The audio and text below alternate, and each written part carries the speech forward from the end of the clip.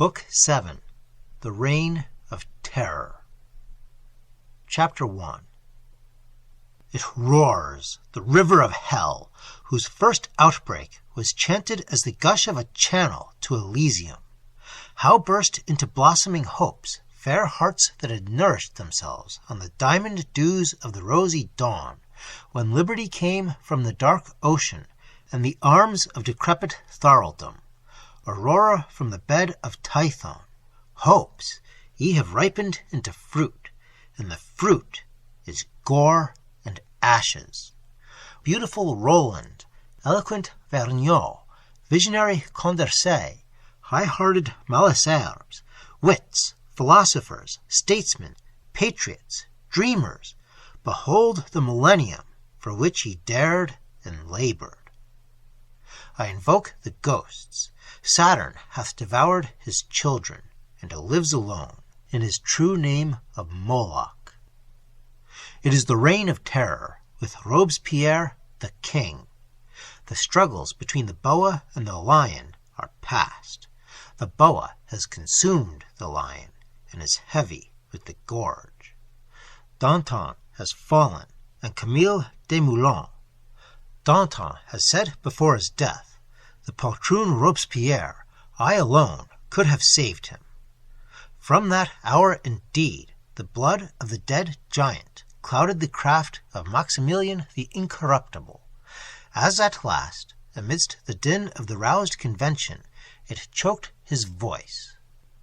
If, after that last sacrifice, essential, perhaps, to his safety, Robespierre had proclaimed the close of the reign of terror, and acted upon the mercy which Danton had begun to preach, he might have lived and died a monarch. But the prisons continued to reek, the glaive to fall, and Robespierre perceived not that his mobs were glutted to satiety with death, and the strongest excitement a chief could give would be a return from devils into men.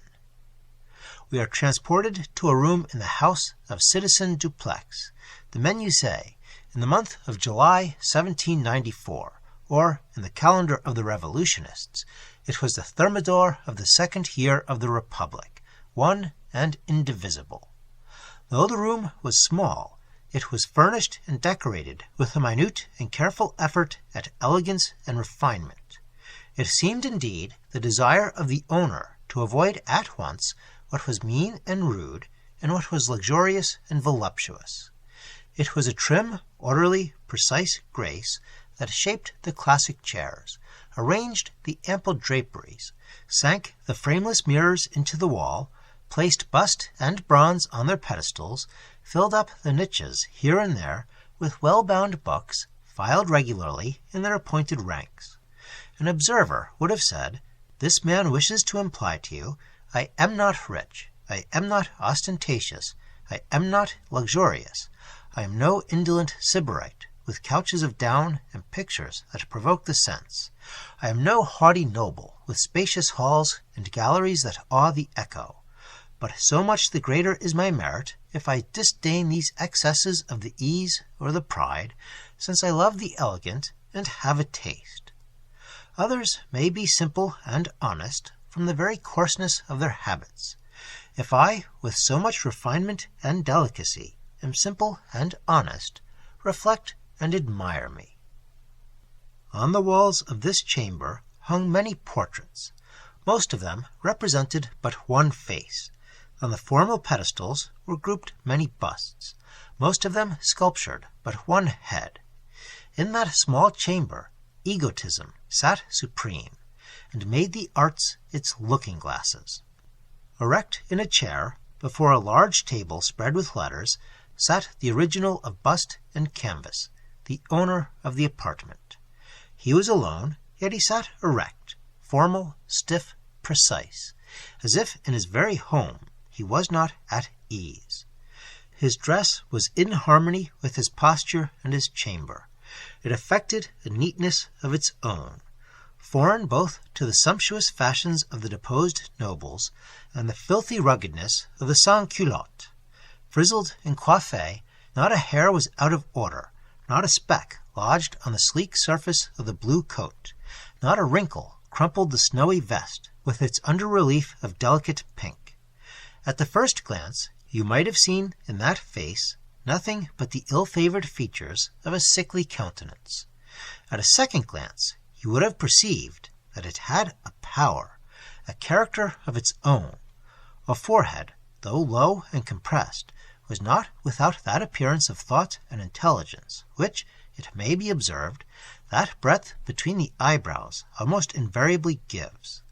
The lips were firm but tightly drawn together, yet ever and anon they trembled and writhed restlessly. The eyes, sullen and gloomy, were yet piercing, and full of a concentrated vigor that did not seem supported by the thin, feeble frame, or the green lividness of the hues, which told of anxiety and disease.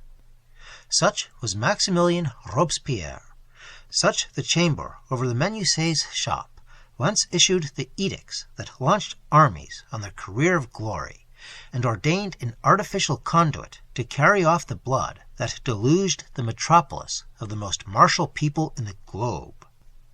Such was the man who had resigned a judicial appointment, the early object of his ambition, rather than violate his philanthropical principles by subscribing to the death of a single fellow creature.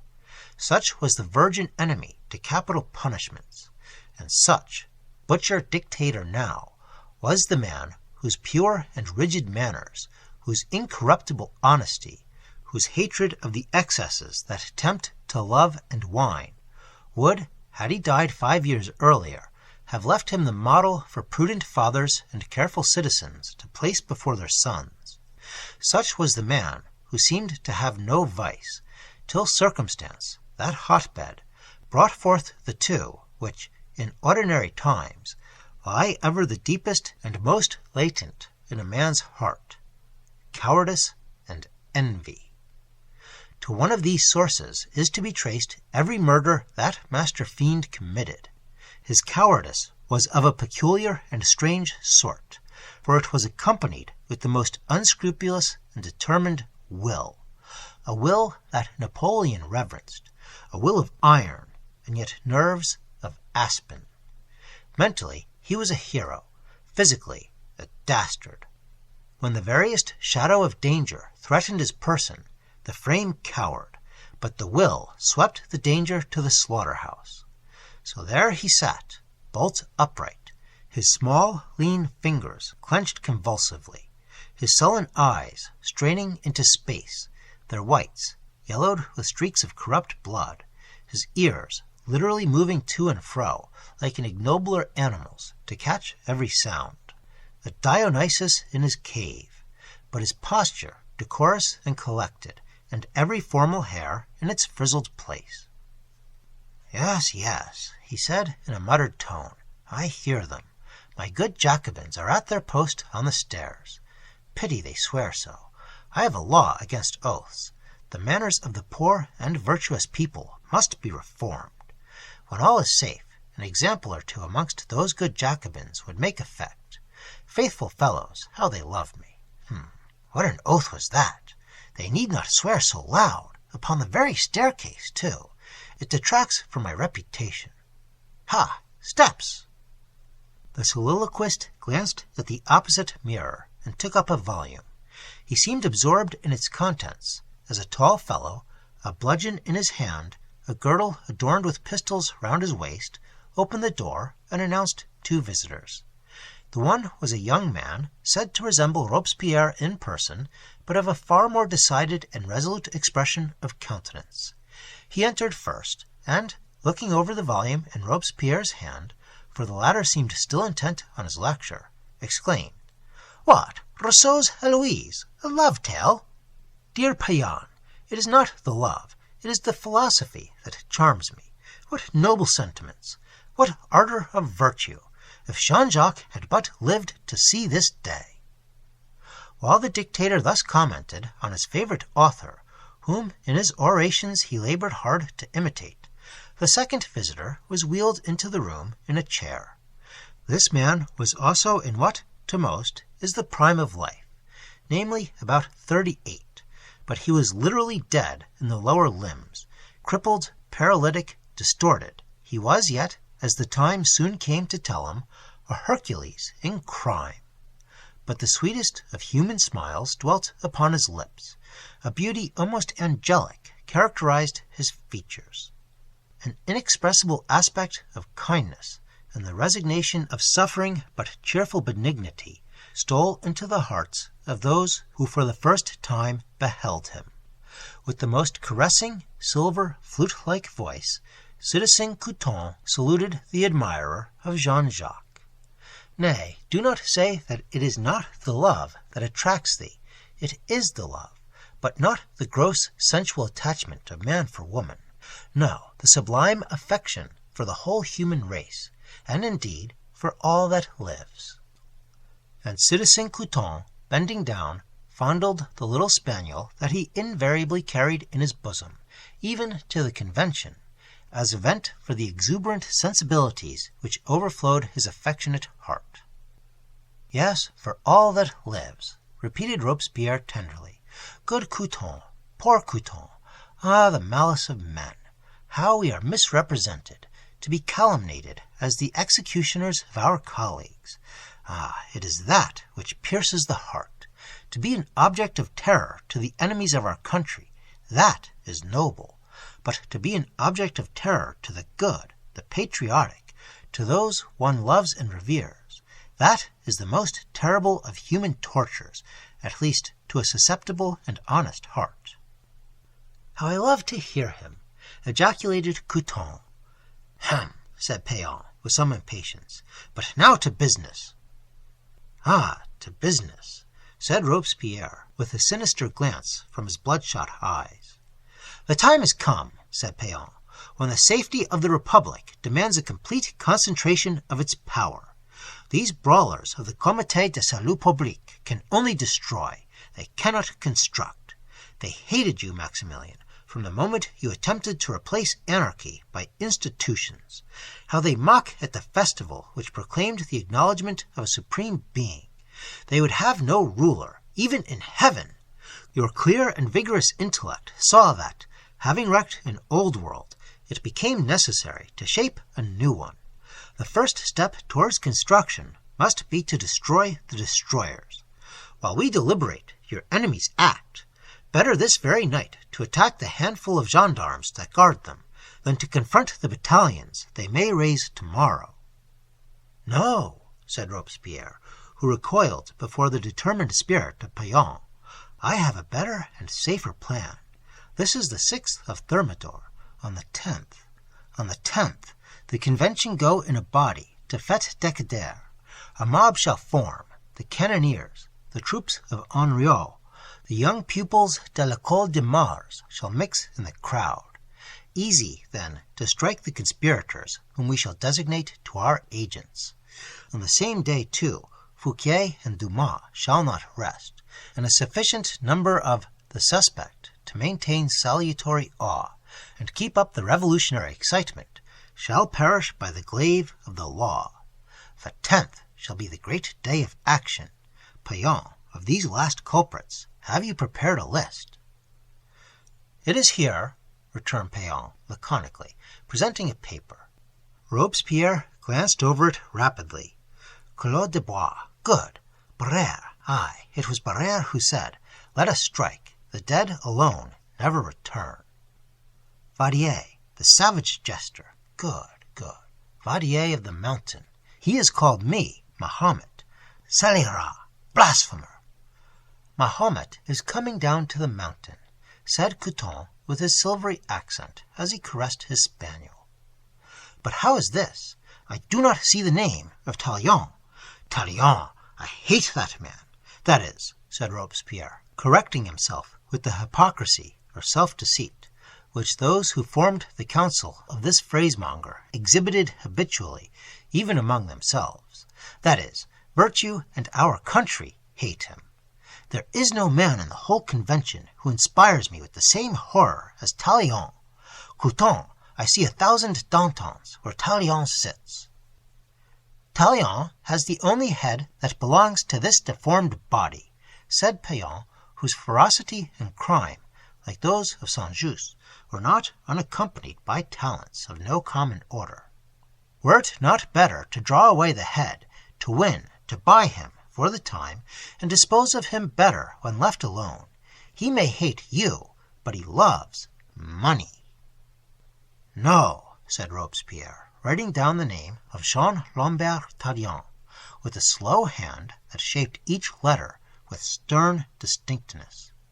That one head is my necessity. I have a small list here, said Couthon sweetly, a very small list. You are dealing with the mountain. It is necessary to make a few examples in the plain. These moderates are as straws which follow the wind. They turned against us yesterday in the convention. A little terror will correct the weathercocks. Poor creatures! I owe them no ill will. I could weep for them. But before all, la chère patrie. The terrible glance of Robespierre devoured the list which the man of sensibility submitted to him. Ah, these are well chosen, men not of mark enough to be regretted, which is the best policy with the relics of that party. Some foreigners, too. Yes, they have no parents in Paris. These wives and parents are beginning to plead against us. Their complaints demoralize the guillotine. Couthon is right, said Payan. My list contains those whom it will be safer to despatch en masse in the crowd assembled at the fête. His list selects those whom we may prudently consign to the law. Shall it not be signed at once? It is signed, said Robespierre, formally replacing his pen upon the inkstand. Now to more important matters.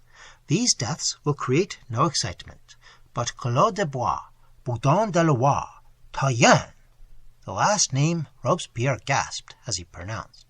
They are the heads of parties. This is life or death to us as well as them. Their heads are the footstools to your curule chair, said Payan in a half-whisper. There is no danger if we are bold. Judges, juries, all have been your selection. You seize with one hand the army, with the other the law. Your voice yet commands the people. The poor and virtuous people, murmured Robespierre. And even, continued Payan, if our design at the fête fail us, we must not shrink from the resources still at our command. Reflect, Henriot, the general of the Parisian army, furnishes you with troops to arrest, the Jacobin Club with a public to approve, inexorable Dumas with judges who never acquit. We must be bold. And we are bold, exclaimed Robespierre with sudden passion, and striking his hand on the table as he rose, with his crest erect as a serpent in the act to strike. In seeing the multitude of vices that the revolutionary torrent mingles with civic virtues, I tremble to be sullied in the eyes of posterity by the impure neighborhood of these perverse men who thrust themselves among the sincere defenders of humanity. What? They think to divide the country like a booty. I thank them for their hatred to all that is virtuous and worthy. These men, and he grasped the list of Payan in his hand, these, not we, have drawn the line of demarcation between themselves and the lovers of France.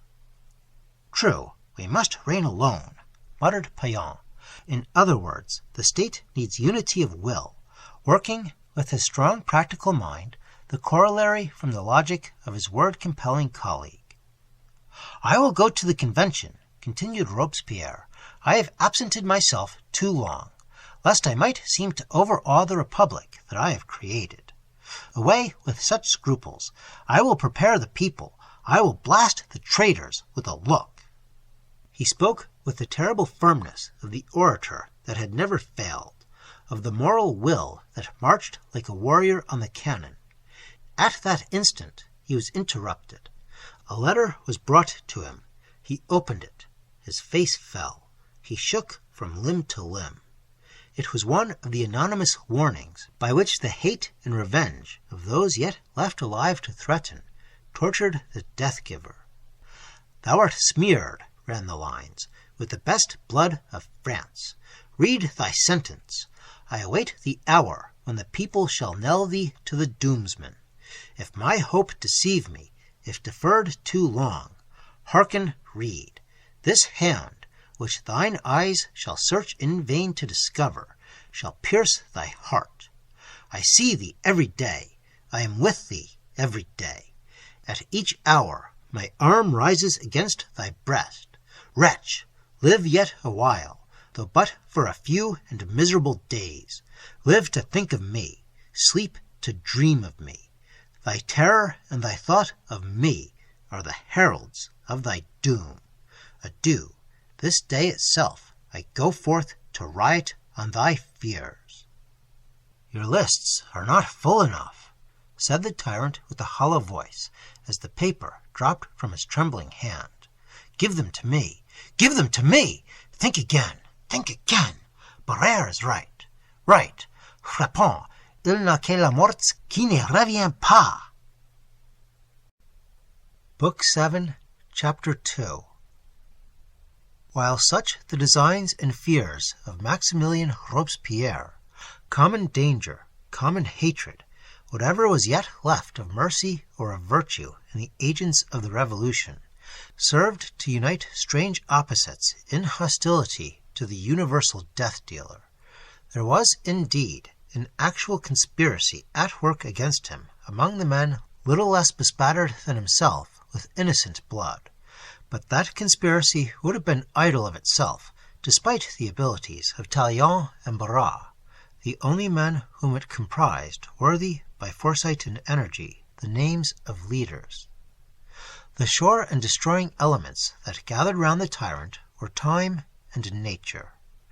The one which he no longer suited, the other which he had outraged and stirred up in the human breast. The most atrocious party of the Revolution, the followers of Ibert, gone to his last account, the butcher atheist, who, in desecrating heaven and earth, still arrogated inviolable sanctity to themselves, were equally enraged at the execution of their filthy chief and the proclamation of a supreme being.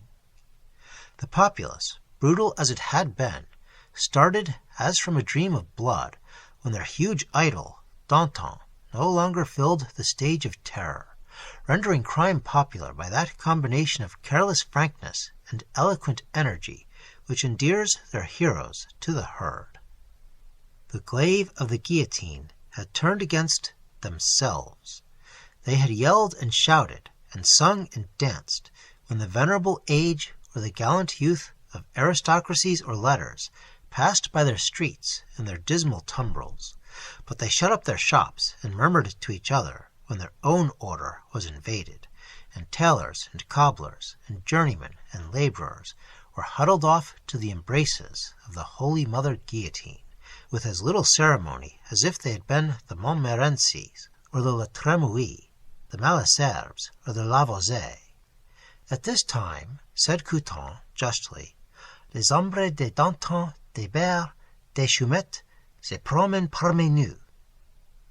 Among those who had shared the doctrines, and who now dreaded the fate of the atheist Ibert, was the painter Jean Nicot, mortified and enraged to find that, by the death of his patron, his career was closed, and that, in the zenith of the revolution for which he had labored, he was lurking in caves and cellars, more poor, more obscure, more despicable than he had been at the commencement, not daring to exercise even his art, and fearful every hour that his name would swell the lists of the condemned. He was naturally one of the bitterest enemies of Robespierre and his government. He held secret meetings with Collot d'Herbois, who was animated by the same spirit, and with the creeping and furtive craft that characterized his abilities, he contrived, undetected, to disseminate tracts and invectives against the dictator, and to prepare, amidst the poor and virtuous people, the train for the grand explosion.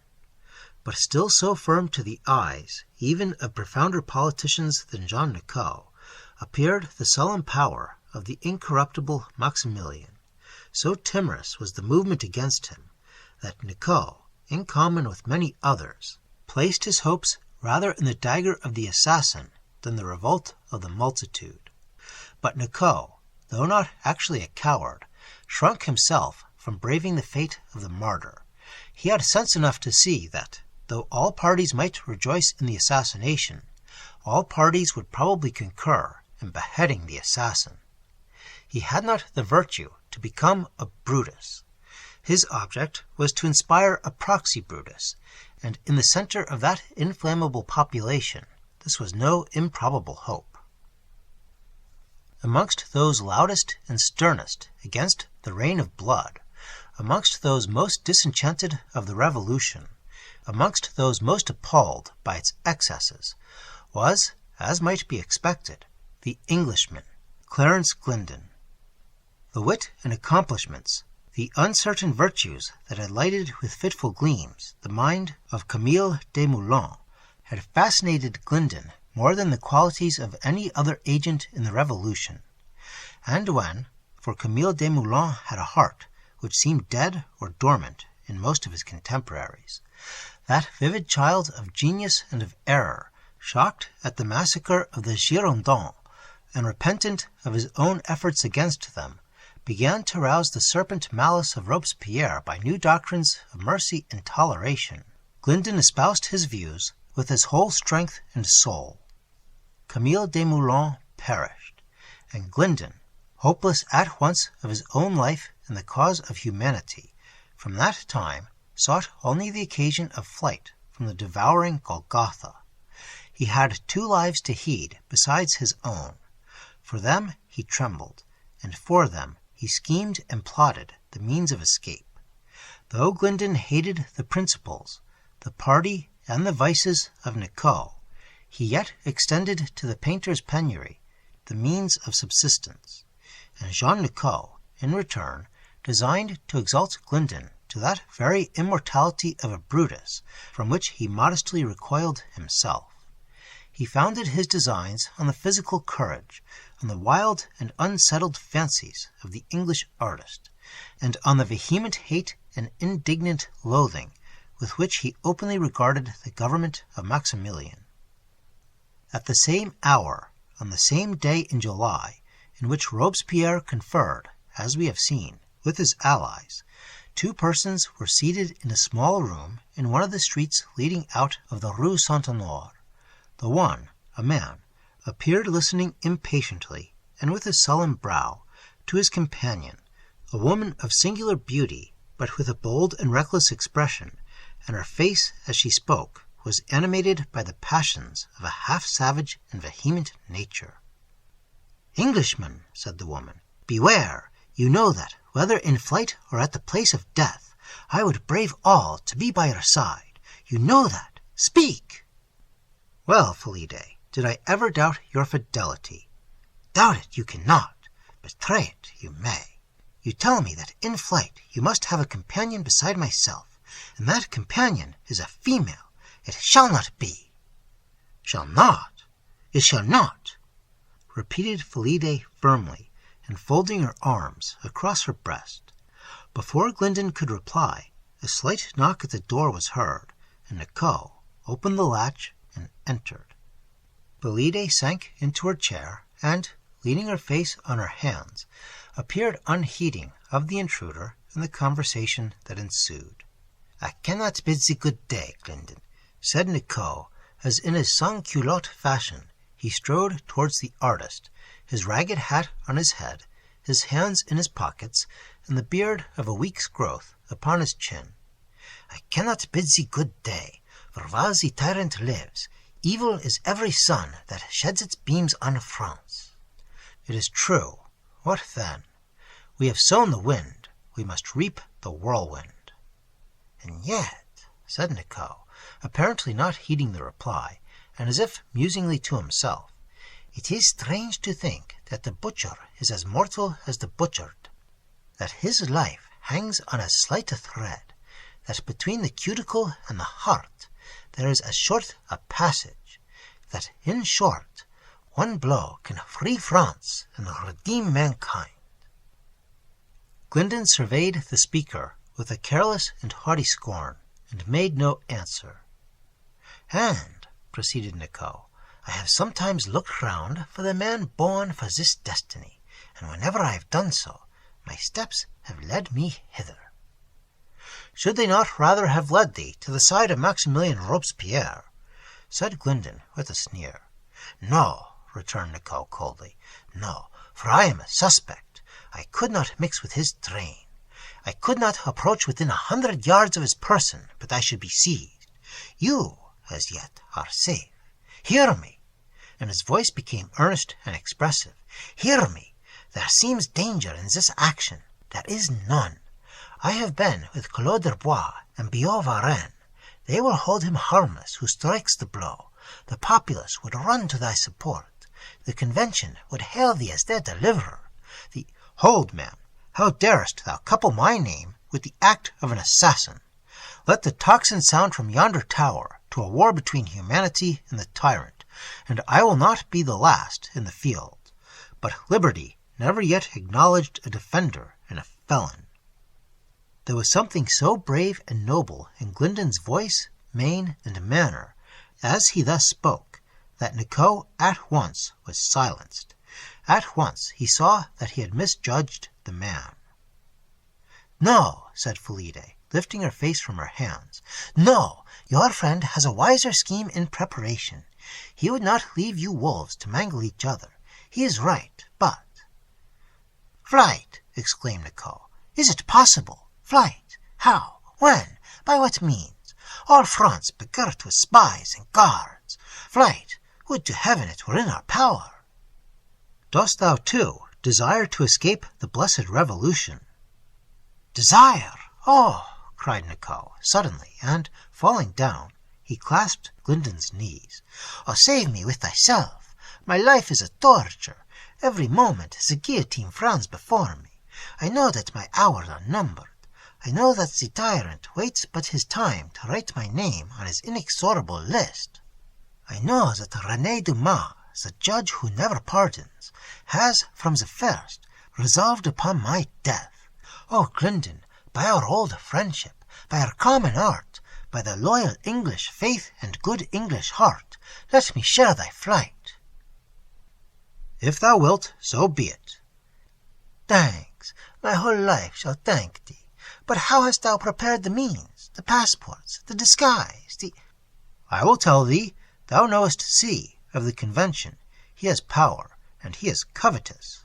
Qu'on ne méprise pour je que va digne, said he, when reproached for his avarice. Well, by the help of this sturdy republican, who has friends enough in the committee, I have obtained the means necessary for flight.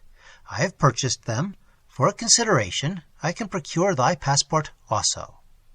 Thy riches, then, are not in assignats. No, I have gold enough for us all. And here Glyndon, beckoning Nicot into the next room, first briefly and rapidly detailed to him the plan proposed, and the disguises to be assumed conformably to the passports, and then added, In return for the service I render thee, grant me one favour, which, I think, is in thy power. Thou rememberest Viola Pisani. Ah, remember, yes, and the lover with whom she fled. And from whom she is a fugitive now. Indeed, what? I understand. Sacre bleu, but you are a lucky fellow, cher confrère. Silence, man. With thy eternal prate of brotherhood and virtue, thou seemest never to believe in one kindly action or one virtuous thought.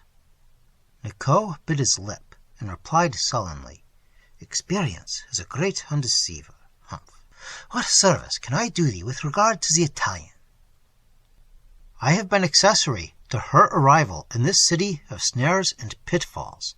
I cannot leave her alone amidst dangers from which neither innocence nor obscurity is a safeguard. In your blessed republic, a good and unsuspected citizen, who casts a desire on any woman, maid or wife, has but to say, Be mine, or I denounce you. In a word, Viola must share our flight. What, so easy? I see your passports provide for her. What so easy? What so difficult? This Fillide, would that I had never seen her. Would that I had never enslaved my soul to my senses. The love of an uneducated, violent, unprincipled woman opens with a heaven to merge in a hell. She is jealous as all the Furies. She will not hear of a female companion. and when once she sees the beauty of Viola, I tremble to think of it. She is capable of any excess in the storm of her passions. Aha! I know what such women are. My wife, Beatrice Sacchini, whom I took from Naples when I failed with this very Viola, divorced me when my money failed, and, as the mistress of a judge, passes me in her carriage while I crawl through the streets. Plague on her! But patience, patience! Such is the lot of virtue. Would I were Robespierre for a day! Cease these tirades, exclaimed Glyndon impatiently, and to the point. What would you advise? Leave your Felidae behind. Leave her to her own ignorance. Leave her unprotected, even by the mind. Leave her in the saturnalia of rape and murder. No, I have sinned against her once, but come what may, I will not so basely desert one who, with all her errors, trusted her fate to my love. You deserted her at Marseilles. True, but I left her in safety, and I did not then believe her love to be so deep and faithful. I left her gold, and I imagined she would be easily consoled. But since then we have known danger together, and now to leave her alone to that danger which she would never have incurred but for devotion to me, no, that is impossible. A project occurs to me. Canst thou not say that thou hast a sister, a relative, or a benefactress whom thou wouldst save? Can we not, till we have left France, make Felidae believe that Viola is one in whom thou only art interested, and whom, for thy sake only, I permit to share in our escape? Ha! Well thought of, certainly. I will then appear to yield to Felidae's wishes, and resign the project, which she so resents, of saving the innocent object of her frantic jealousy. You, meanwhile, shall yourself entreat Felidae to intercede with me to extend the means of escape to a lady. She knows I have no sister, who has aided me in my distress. Yes, I will manage all, never fear. One word more. What has become of that Zanoni? Talk not of him. I know not. Does he love this girl still? It would seem so. She is his wife, the mother of his infant, who is with her. Wife, mother, he loves her. Aha! And why? No questions now. I will go and prepare Viola for the flight.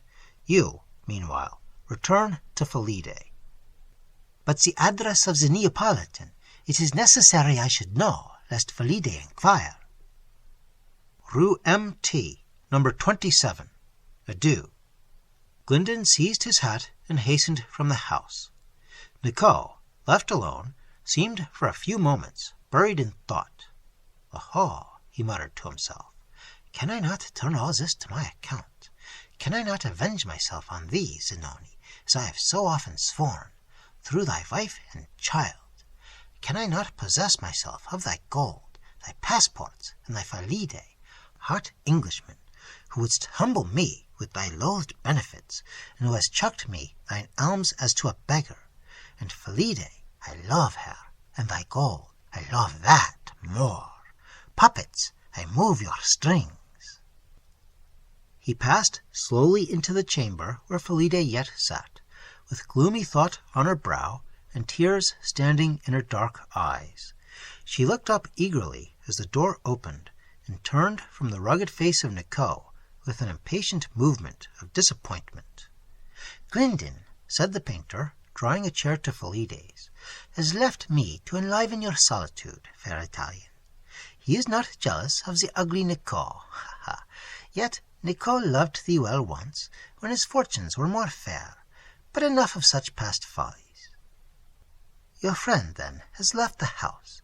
Whither? Ah, you look away. You falter. You cannot meet my eyes. Speak, I implore, I command thee, speak. Enfant, and what dost thou fear? Fear? Yes, alas, I fear, said the Italian, and her whole frame seemed to shrink into itself as she fell once more back into her seat. Then, after a pause, she tossed the long hair from her eyes, and, starting up abruptly, paced the room with disordered strides. At length she stopped opposite to Nicot, laid her hand on his arm, drew him towards an escritoire, which he unlocked, and, opening a well, pointed to the gold that lay within, and said, "Thou art poor, thou lovest money, take what thou wilt, but undeceive me. Who is this woman whom thy friend visits, and does he love her?" Nicot's eyes sparkled, and his hands opened and clenched and opened, as he gazed upon the coins. But, reluctantly resisting the impulse, he said with an affected bitterness, "Thinkest thou to bribe me? If so, it cannot be with gold. But what if he does love a rival? What if he betrays thee? What if, worried by thy jealousies, he designs in his flight to leave thee behind? Would such knowledge make thee happier?" "Yes!" exclaimed the Italian, fiercely. "Yes, for it would be happiness to hate and to be avenged. Oh, thou knowest not how sweet is hatred to those who have really loved. But wilt thou swear, if I reveal to thee the secret, that thou wilt not betray me, that thou wilt not fall, as women do, into weak tears and fond reproaches when thy betrayer returns?" "Tears, reproaches, revenge hides itself in smiles." "Thou art a brave creature," said Nicot, almost admiringly. "One condition more. Thy lover designs to fly with his new love, to leave thee to thy fate. If I prove this to thee, and if I give thee revenge against thy rival, wilt thou fly with me? I love thee. I will wed thee." Felide's eyes flashed fire. She looked at him with unutterable disdain, and was silent.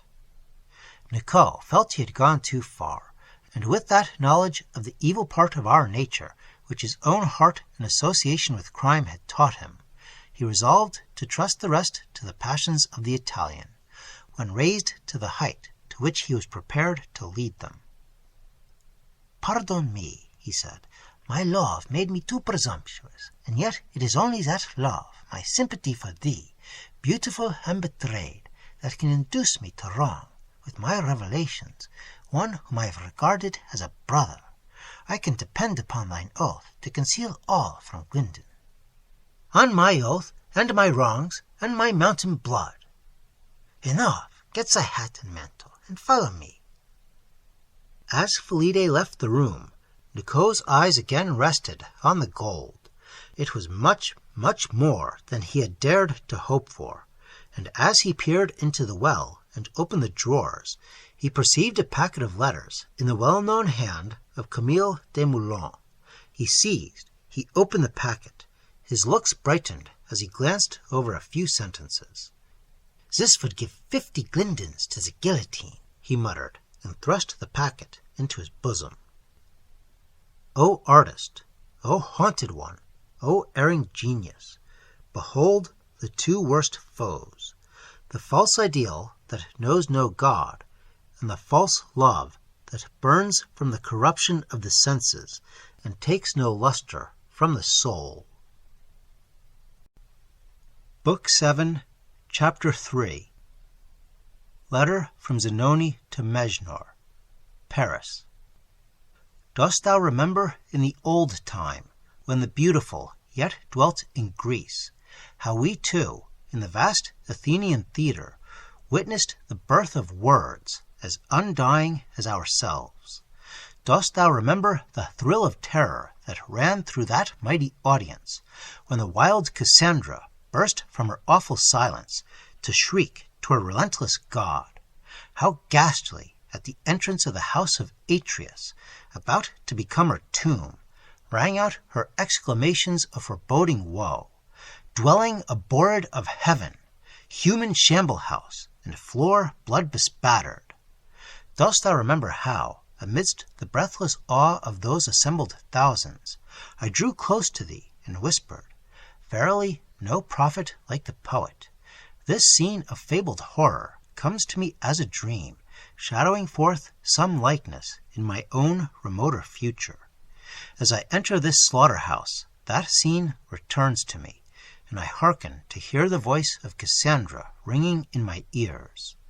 A solemn and warning dread gathers round me, as if I too were come to find a grave, and the net of Hades had already entangled me in its web.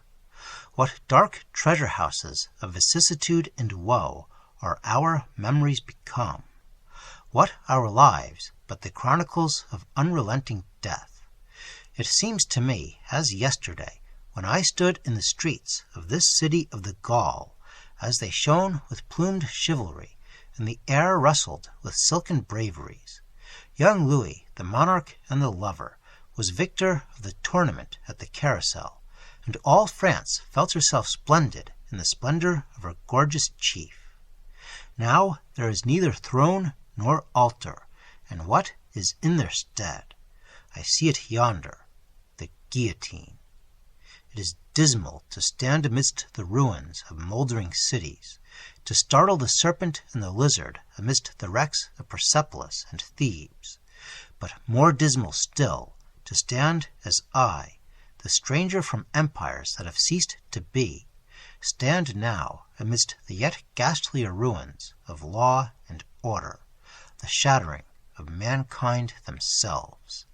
Yet here, even here, love, the beautifier that hath led my steps, can walk with unshrinking hope through the wilderness of death. Strange is the passion that makes a world in itself, that individualizes the one amidst the multitude, that through all the changes of my solemn life yet survives, though ambition and hate and anger are dead.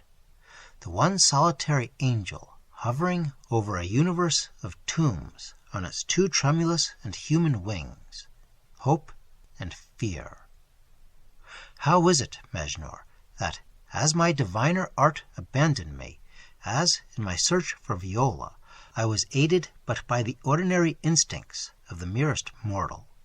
How is it that I have never desponded, that I have felt in every difficulty the prevailing prescience that we should meet at last? So cruelly was every vestige of her flight concealed from me, so suddenly, so secretly had she fled, that all the spies, all the authorities of Venice could give me no clue. All Italy I searched in vain. Her young home at Naples, how still, in its humble chambers, there seemed to linger the fragrance of her presence.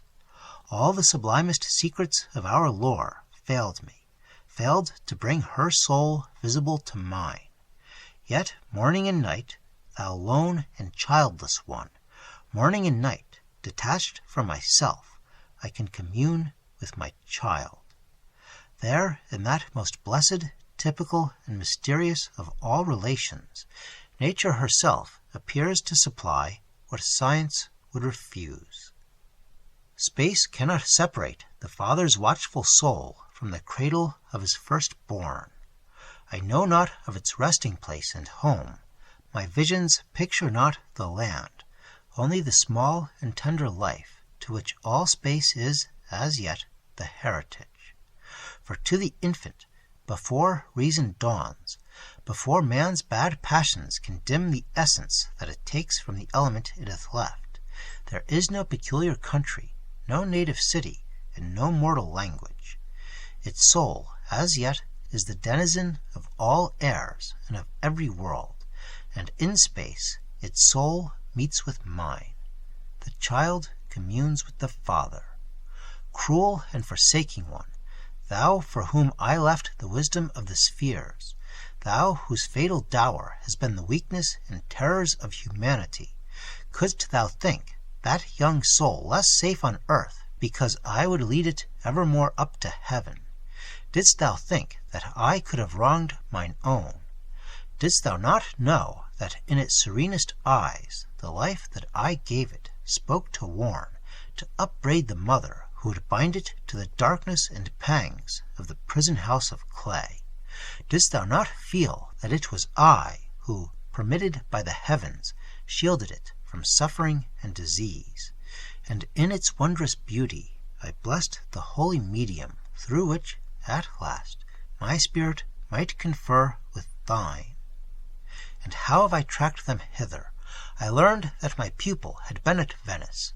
I could not trace the young and gentle neophyte of Parthenope in the description of the haggard and savage visitor who had come to Viola before she fled, but when I would have summoned his idea before me, it refused to obey, and I knew then that his fate had become entwined with Viola's. I have tracked him, then, to this Lazar house. I arrived but yesterday. I have not yet discovered him. I have just returned from their courts of justice, dens where tigers arraign their prey. I find not whom I would seek. They are saved as yet, but I recognize in the crimes of mortals the dark wisdom of the everlasting. Mejnour, I see here for the first time how majestic and beauteous a thing is death. Of what sublime virtues we robbed ourselves when, in the thirst for virtue, we attained the art by which we can refuse to die. When in some happy clime, where to breathe is to enjoy, the charnel house swallows up the young and fair, when, in the noble pursuit of knowledge, death comes to the student and shuts out the enchanted land which was opening to his gaze, how natural for us to desire to live, how natural to make perpetual life the first object of research. But here, from my tower of time, looking over the darksome past and into the starry future, I learn how great hearts feel what sweetness and glory there is to die for the things they love. I saw a father sacrificing himself for his son. He was subjected to charges which a word of his could dispel. He was mistaken for his boy.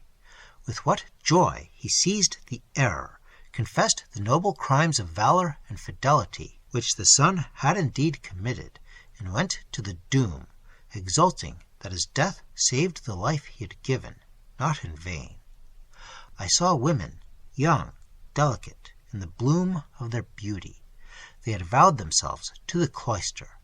Hands smeared with the blood of saints opened the gate that had shut them from the world, and bade them go forth, forget their vows, forswear the divine one these demons would depose, find lovers and helpmates, and be free. And some of these young hearts had loved, and even, though in struggles, loved yet. Did they forswear the vow? Did they abandon the faith? Did even love allure them? Mejnour, with one voice, they preferred to die. And whence comes this courage? Because such hearts live in some more abstract and holier life than their own. But to live forever upon this earth is to live in nothing diviner than ourselves. Yes, even amidst this gory butcherdom, God, the ever-living, vindicates to man the sanctity of his servant, death. Again I have seen thee in spirit. I have seen and blessed thee, my sweet child. Dost thou not know me also in thy dreams? Dost thou not feel the beating of my heart through the veil of thy rosy slumbers? Dost thou not hear the wings of the brighter beings that I can yet conjure around thee, to watch, to nourish, and to save? And when the spell fades at thy waking, when thine eyes open to the day, will they not look round for me, and ask thy mother, with her mute eloquence, why she has robbed thee of a father? Woman, dost thou not repent thee?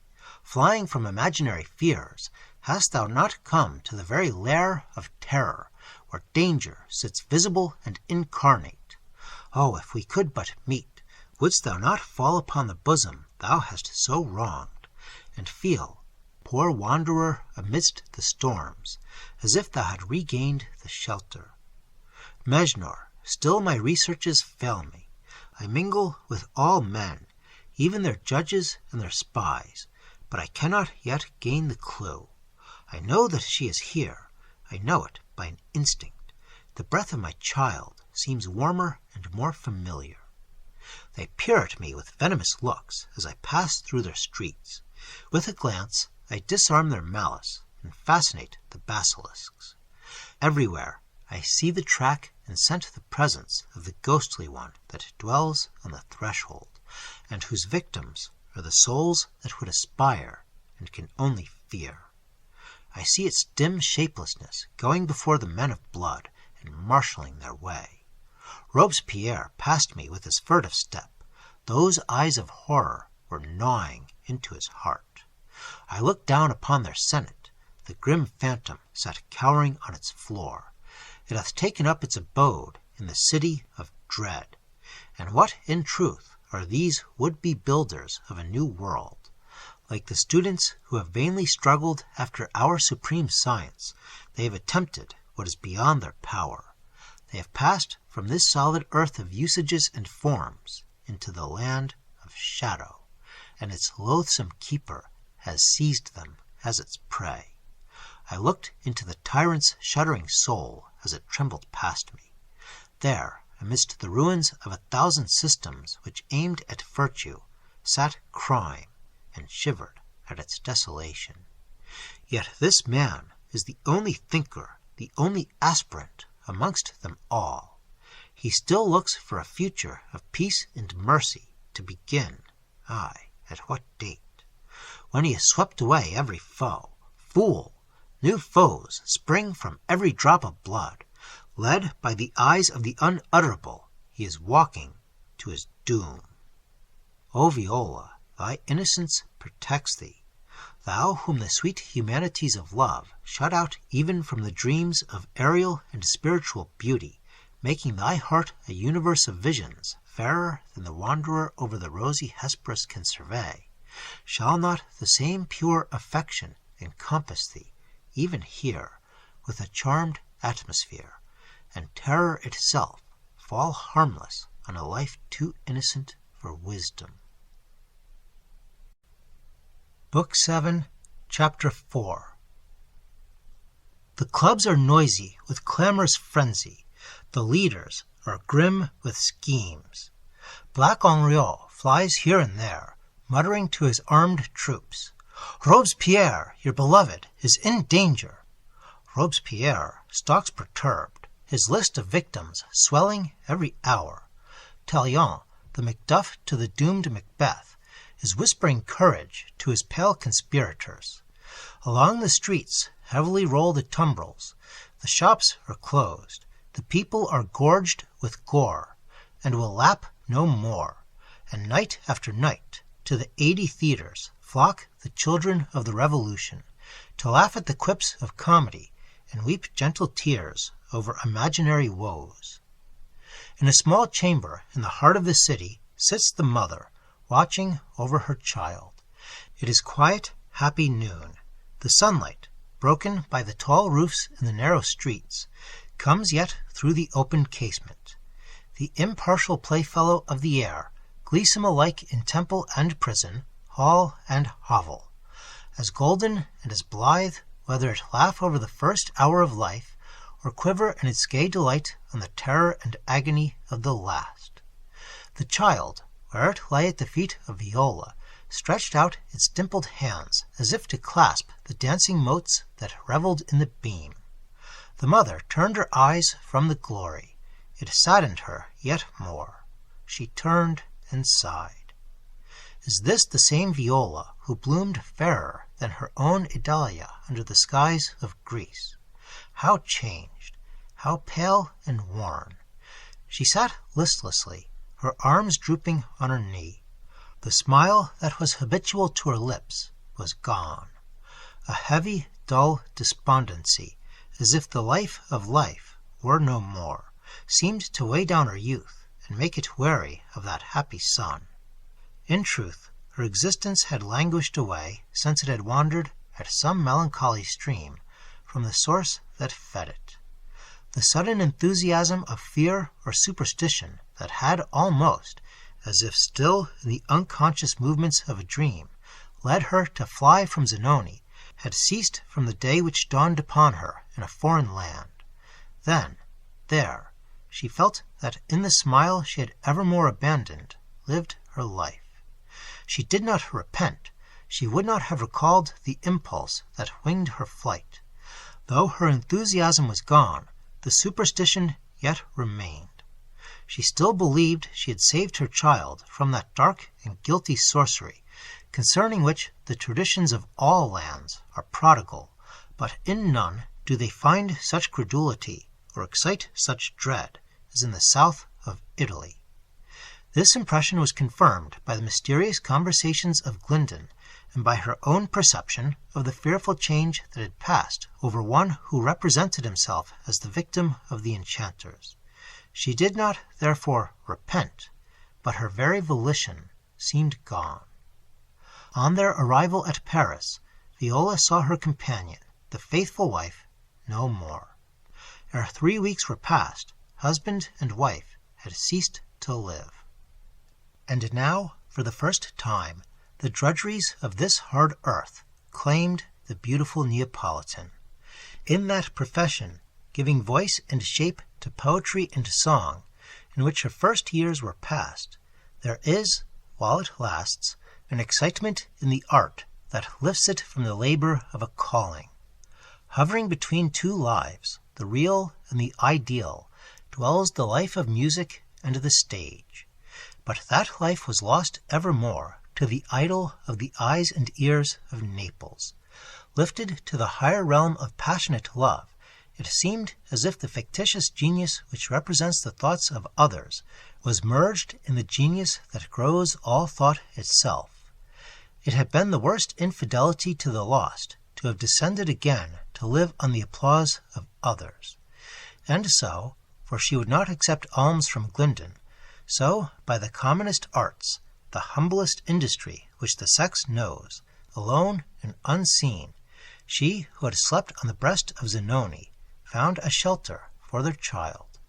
As when, in the noble verse prefixed to this chapter, Armida herself has destroyed her enchanted palace, not a vestige of that bower, raised of old by poetry and love, remained to say, "It had been."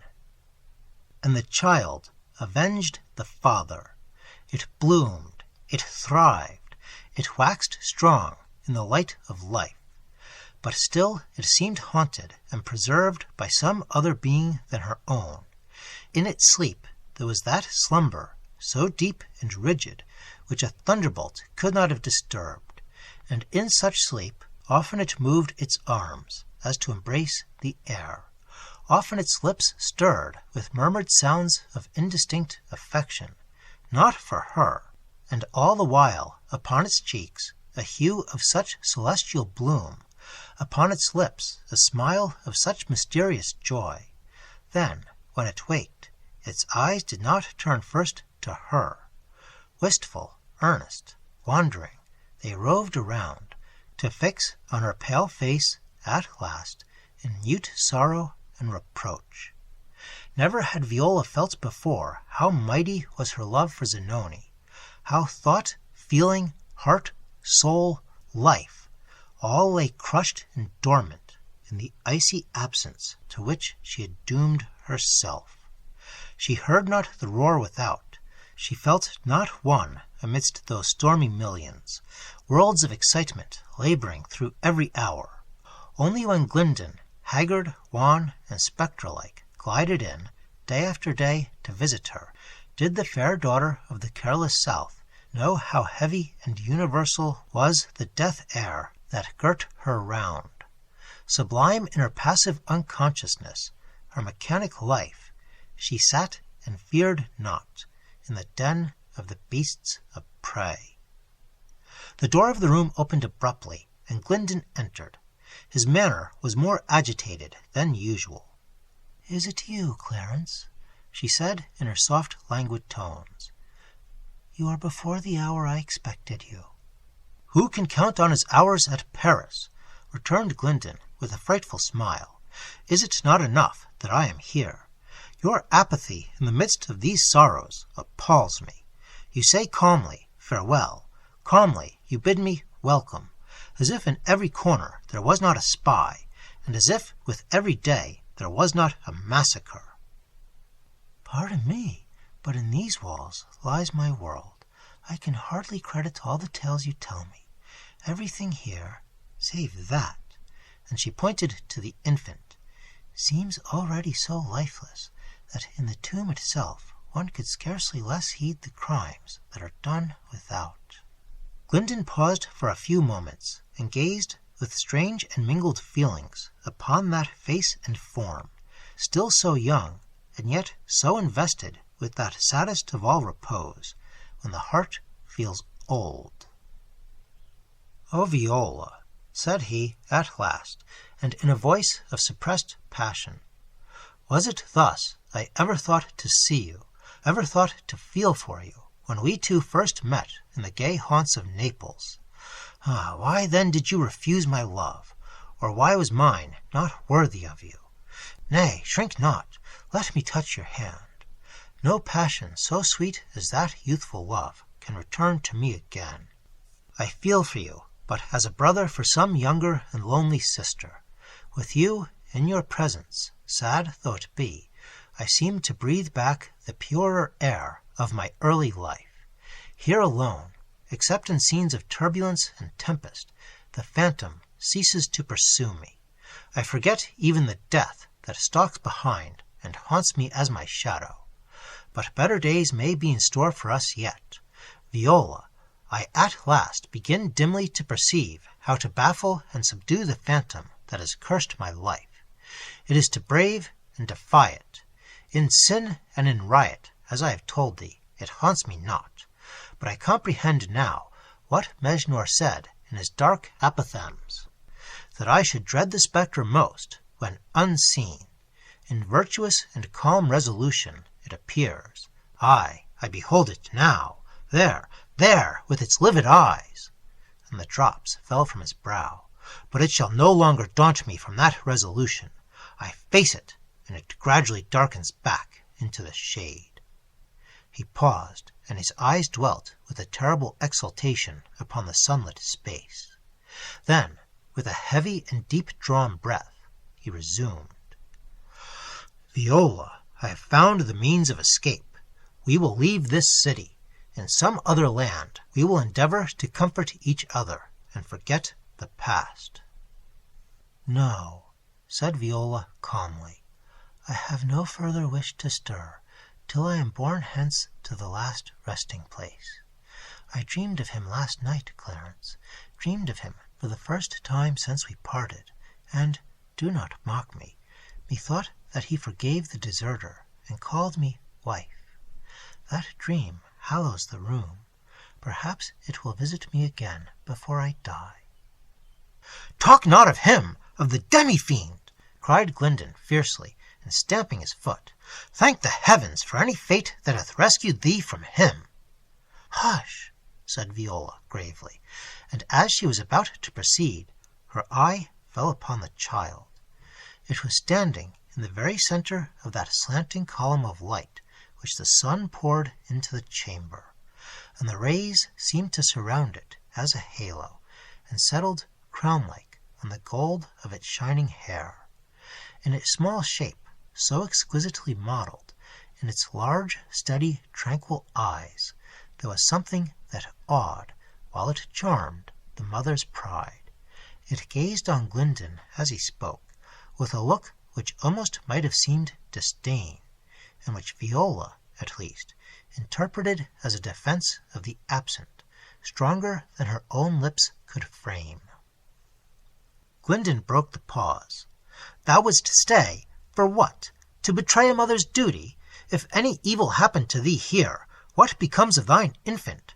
Shall it be brought up an orphan, in a country that has desecrated thy religion, and where human charity exists no more? Ah, weep and clasp it to thy bosom, but tears do not protect and save. Thou hast conquered, my friend. I will fly with thee. Tomorrow night, then, be prepared. I will bring thee the necessary disguises. And Glyndon then proceeded to sketch rapidly the outline of the path they were to take, and the story they were to tell. Viola listened, but scarcely comprehended. He pressed her hand to his heart, and departed. Book 7, Chapter 5. Glyndon did not perceive, as he hurried from the house, two forms crouching by the angle of the wall. He saw still the spectre gliding by his side, but he beheld not the yet more poisonous eyes of human envy and women's jealousy that glared on his retreating footsteps. Nicot advanced to the house. Felidae followed him in silence. The painter, an old sans-culotte, knew well what language to assume with the porter. He beckoned the latter from his lodge. "How is this, citizen? Thou harbourest a suspect." "Citizen, you terrify me. If so, name him." "It is not a man, a refugee, an Italian woman, lodges here." "Yes, what I am. The door to the left. But what of her? She cannot be dangerous, poor child." "Citizen, beware. Dost thou dare to pity her?" "I? No, indeed. But—" "Speak the truth. Who visits her?" "No one but an Englishman." "That is it, an Englishman, a spy of Pitt and Coburg." "Just heaven! Is it possible?" "How, citizen, dost thou speak of heaven? Thou must be an aristocrat." "No, indeed. It was but an old bad habit, and escaped me unawares." "How often does the Englishman visit her?" "Daily." Felidae uttered an exclamation. "She never stirs out," said the porter. "Her sole occupations are in work and care of her infant." "Her infant!" Felidae made a bound forward. Nicot in vain endeavoured to arrest her. She sprang up the stairs. She paused not till she was before the door indicated by the porter. It stood ajar. She entered. She stood at the threshold, and beheld that face, still so lovely. The sight of so much beauty left her hopeless, and the child over whom the mother bent, she who had never been a mother, she uttered no sound. The Furies were at work within her breast. Viola turned and saw her, and terrified by the strange apparition, with features that expressed the deadliest hate and scorn and vengeance, uttered a cry, and snatched the child to her bosom. The Italian laughed aloud, turned, descended, and gaining the spot where Nicot still conversed with the frightened porter, drew him from the house. When they were in the open street, she halted abruptly, and said, "Avenge me, and name thy price." "My price, sweet one, is but permission to love thee. Thou wilt fly with me tomorrow night. Thou wilt possess thyself of the passports and the plan. And they shall before then find their asylum in the conciergerie. The guillotine shall requite thy wrongs." "Do this, and I am satisfied," said Felidae firmly. And they spoke no more till they regained the house. But when she there, looking up to the dull building, saw the windows of the room which the belief of Glyndon's love had once made a paradise, the tiger relented at the heart. Something of the woman gushed back upon her nature, dark and savage as it was. She pressed the arm on which she leaned convulsively, and exclaimed, No, not him. Denounce her. Let her perish. But I have slept on his bosom, not him." "It shall be as thou wilt," said Nicot, with a devil's sneer. "But he must be arrested for the moment. No harm shall happen to him, for no accuser shall appear. But her, thou wilt not relent for her." Felidae turned upon him her eyes, and their dark glance was sufficient answer. Book 7, Chapter 6. The Italian did not overrate that craft of simulation proverbial with her country and her sex. Not a word, not a look, that day revealed to Glyndon the deadly change that had converted devotion into hate. He himself, indeed, absorbed in his own schemes, and in reflections on his own strange destiny, was no nice observer. But her manner, milder and more subdued than usual, produced a softening effect upon his meditations towards the evening, and he then began to converse with her on the certain hope of escape, and on the future that would await them in less unhallowed lands. "And thy fair friend," said Felidae, with an averted eye and a false smile, "who is to be our companion, thou hast resigned her, Nicot tells me, in favour of one in whom he is interested. Is it so?" "He told thee this," returned Glyndon evasively. "Well, does that change content thee?" Traitor, muttered Felipe, and she rose suddenly, approached him, parted the long hair from his forehead caressingly, and pressed her lips convulsively on his brow. This were too fair a head for the doomsman, she said, with a slight laugh, and, turning away, appeared occupied in preparations for their departure. The next morning, when he rose, Glyndon did not see the Italian. She was absent from the house when he left it.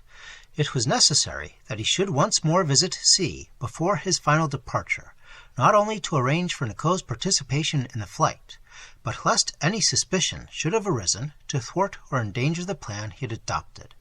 C, though not one of the immediate coterie of Robespierre, and indeed secretly hostile to him, had possessed the art of keeping well with each faction as it rose to power. Sprung from the dregs of the populace, he had, nevertheless, the grace and vivacity so often found impartially amongst every class in France. He had contrived to enrich himself, none knew how, in the course of his rapid career. He became, indeed, ultimately one of the wealthiest proprietors of Paris, and at that time kept a splendid and hospitable mansion. He was one of those whom, for various reasons, Robespierre deigned to favor, and he had often saved the proscribed and suspected by procuring them passports under disguised names, and advising their method of escape.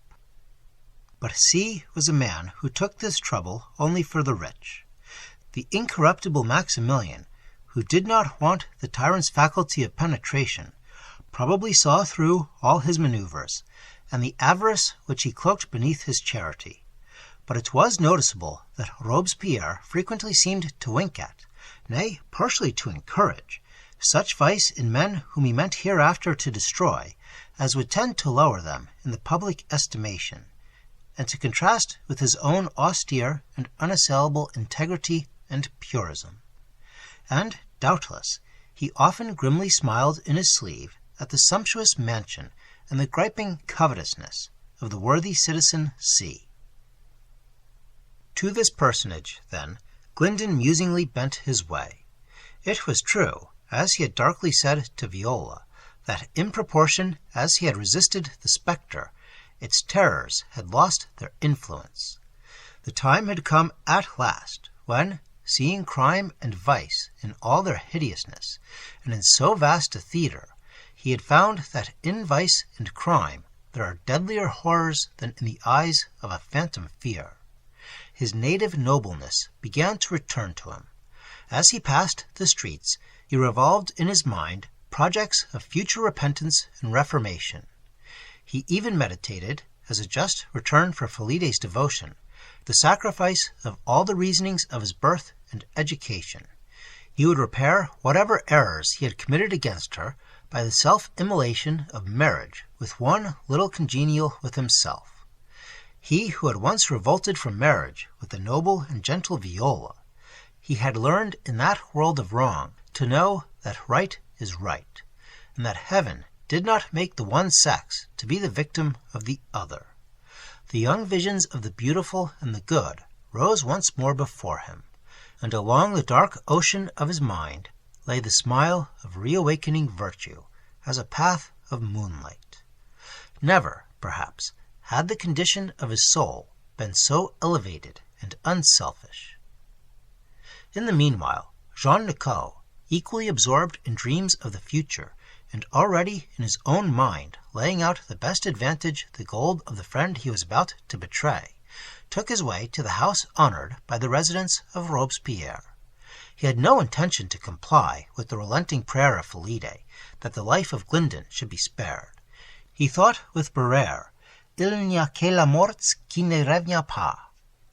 In all men who have devoted themselves to any study or any art with sufficient pains to attain a certain degree of excellence, there must be a fund of energy immeasurably above that of the ordinary herd.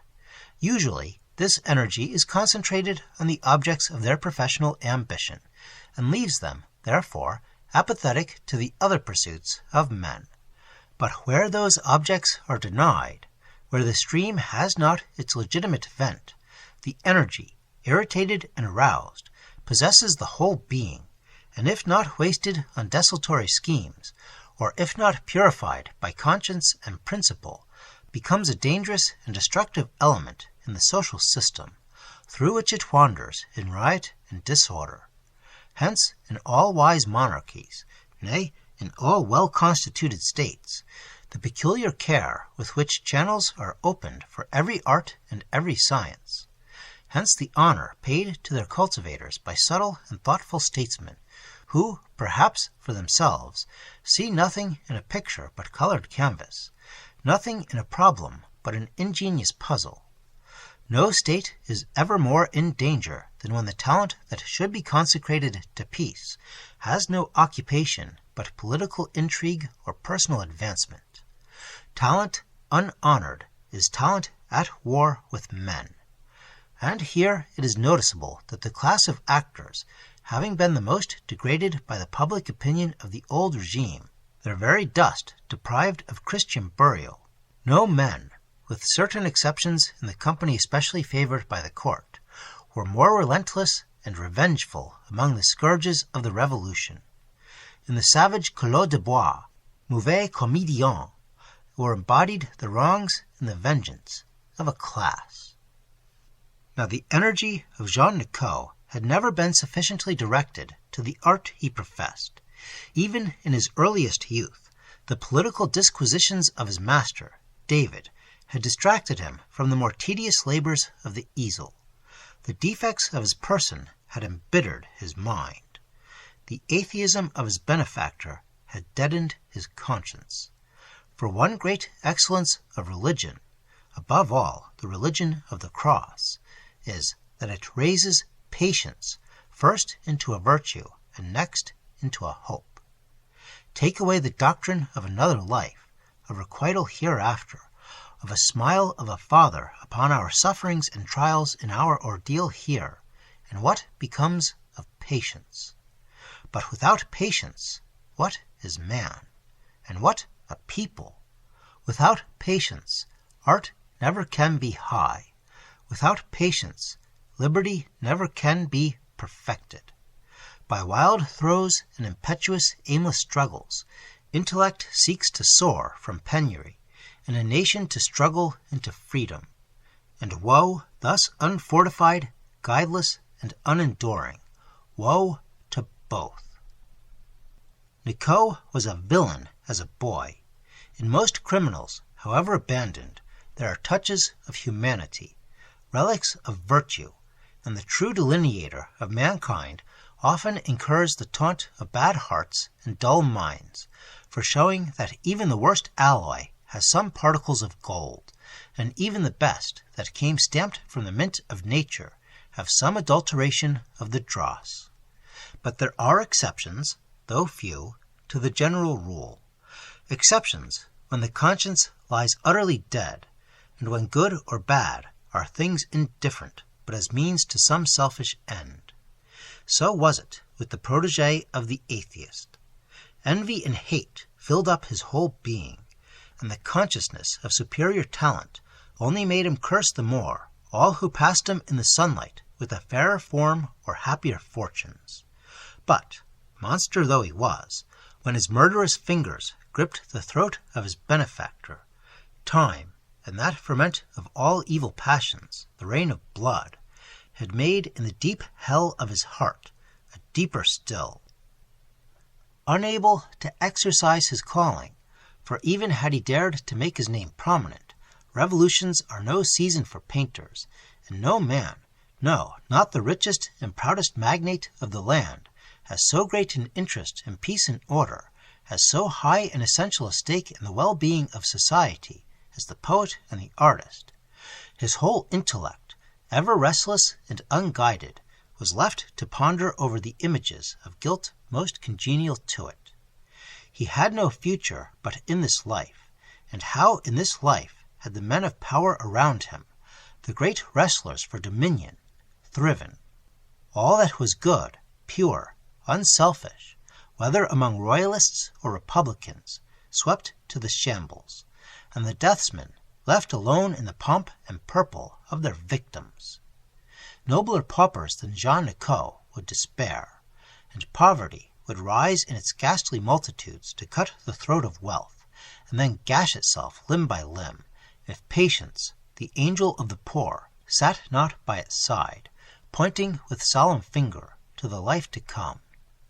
And now, as Nicot neared the house of the dictator, he began to meditate a reversal of his plans of the previous day. Not that he faltered in his resolution to denounce Glyndon, and Viola would necessarily share his fate as a companion and accomplice. No, there he was resolved, for he hated both, to say nothing of his old but never-to-be-forgotten grudge against Zanoni. Viola had scorned him, Glyndon had served him, and the thought of gratitude was as intolerable to him as the memory of insult. But why, now, should he fly from France? He could possess himself of Glyndon's gold. He doubted not that he could so master Philide by her wrath and jealousy that he could command her acquiescence in all he proposed. The papers he had purloined, Desmoulins' correspondence with Glyndon, while it ensured the fate of the latter, might be eminently serviceable to Robespierre, might induce the tyrant to forget his own old liaisons with Hébert, and enlist him among the allies and tools of the King of Terror. Hopes of advancement, of wealth, of a career, again rose before him. This correspondence, dated shortly before Camille Desmoulins' death, was written with that careless and daring imprudence which characterized the spoiled child of Danton. It spoke openly of designs against Robespierre. It named confederates whom the tyrant desired only a popular pretext to crush. It was a new instrument of death in the hands of the death compeller. What greater gift could he bestow on Maximilian the incorruptible? Nursing these thoughts, he arrived at last before the door of Citizen Duplex. Around the threshold were grouped in admired confusion some 8 or 10 sturdy Jacobins, the voluntary bodyguard of Robespierre, tall fellows, well armed, and insolent with the power that reflects power, mingled with women, tall and fair, and gaily dressed, who had come, upon the rumor that Maximilian had had an attack of bile, to inquire tenderly of his health. For Robespierre, strange though it seem, was the idol of the sex. Through this cortege, stationed without the door, and reaching up the stairs to the landing-place, for Robespierre's apartments were not spacious enough to afford sufficient antechamber for levees so numerous and miscellaneous, Nicot forced his way, and far from friendly or flattering were the expressions that regaled his ears. "Aha, le joli polichinelle," said a comely matron, whose robe his obtrusive and angular elbows cruelly discomposed. "But how could one expect gallantry from such a scarecrow?" "Citizen, I beg to advise thee that thou art treading on my feet. I beg thy pardon, but now I look at thine, I see the hall is not wide enough for them." "Oh, Citizen Nicot!" cried a Jacobin, shouldering his formidable bludgeon, "and what brings thee hither? Thinkest thou that Hébert's crimes are forgotten already? Off, sport of nature, and thank the Etre Supreme that he made thee insignificant enough to be forgiven." "A pretty face to look out of the national window," said the woman whose robe the painter had ruffled. "Citizens," said Nicot, white with passion, but constraining himself so that his words seemed to come from grinded teeth, "I have the honor to inform you that I seek the representant upon business of the utmost importance to the public and himself, and," he added slowly and malignantly, glaring round, "I call all good citizens to be my witnesses when I shall complain to Robespierre of the reception bestowed on me by some amongst you." There was in the man's look and his tone of voice so much of deep and concentrated malignity that the idlers drew back, and as the remembrance of the sudden ups and downs of revolutionary life occurred to them, several voices were lifted to assure the squalid and ragged painter that nothing was farther from their thoughts than to offer affront to a citizen whose very appearance proved him to be an exemplary sans-culotte. Nicot received these apologies in sullen silence, and, folding his arms, leaned against the wall, waiting in grim patience for his admission. the loiterers talked to each other in separate knots of 2 and 3, and through the general hum rang the clear, loud, careless whistle of the tall Jacobin who stood guard by the stairs. Next to Nicot, an old woman and a young virgin were muttering in earnest whispers, and the atheist painter chuckled inly to overhear their discourse. "I assure thee, my dear," said the crone, with a mysterious shake of head, "that the divine Catherine Théot, whom the impious now persecute, is really inspired. There can be no doubt that the elect, of whom Dame Gerla and the virtuous Robespierre are destined to be the 2 grand prophets, will enjoy eternal life here and exterminate all their enemies. There is no doubt of it, not the least." "How delightful!" said the girl. "Ce cher Robespierre, he does not look very long-lived either." "The greater the miracle," said the old woman. "I am just 81, and I don't feel a day older since Catherine Théot promised me I should be one of the elect." Here the women were jostled aside by some newcomers, who talked loud and eagerly.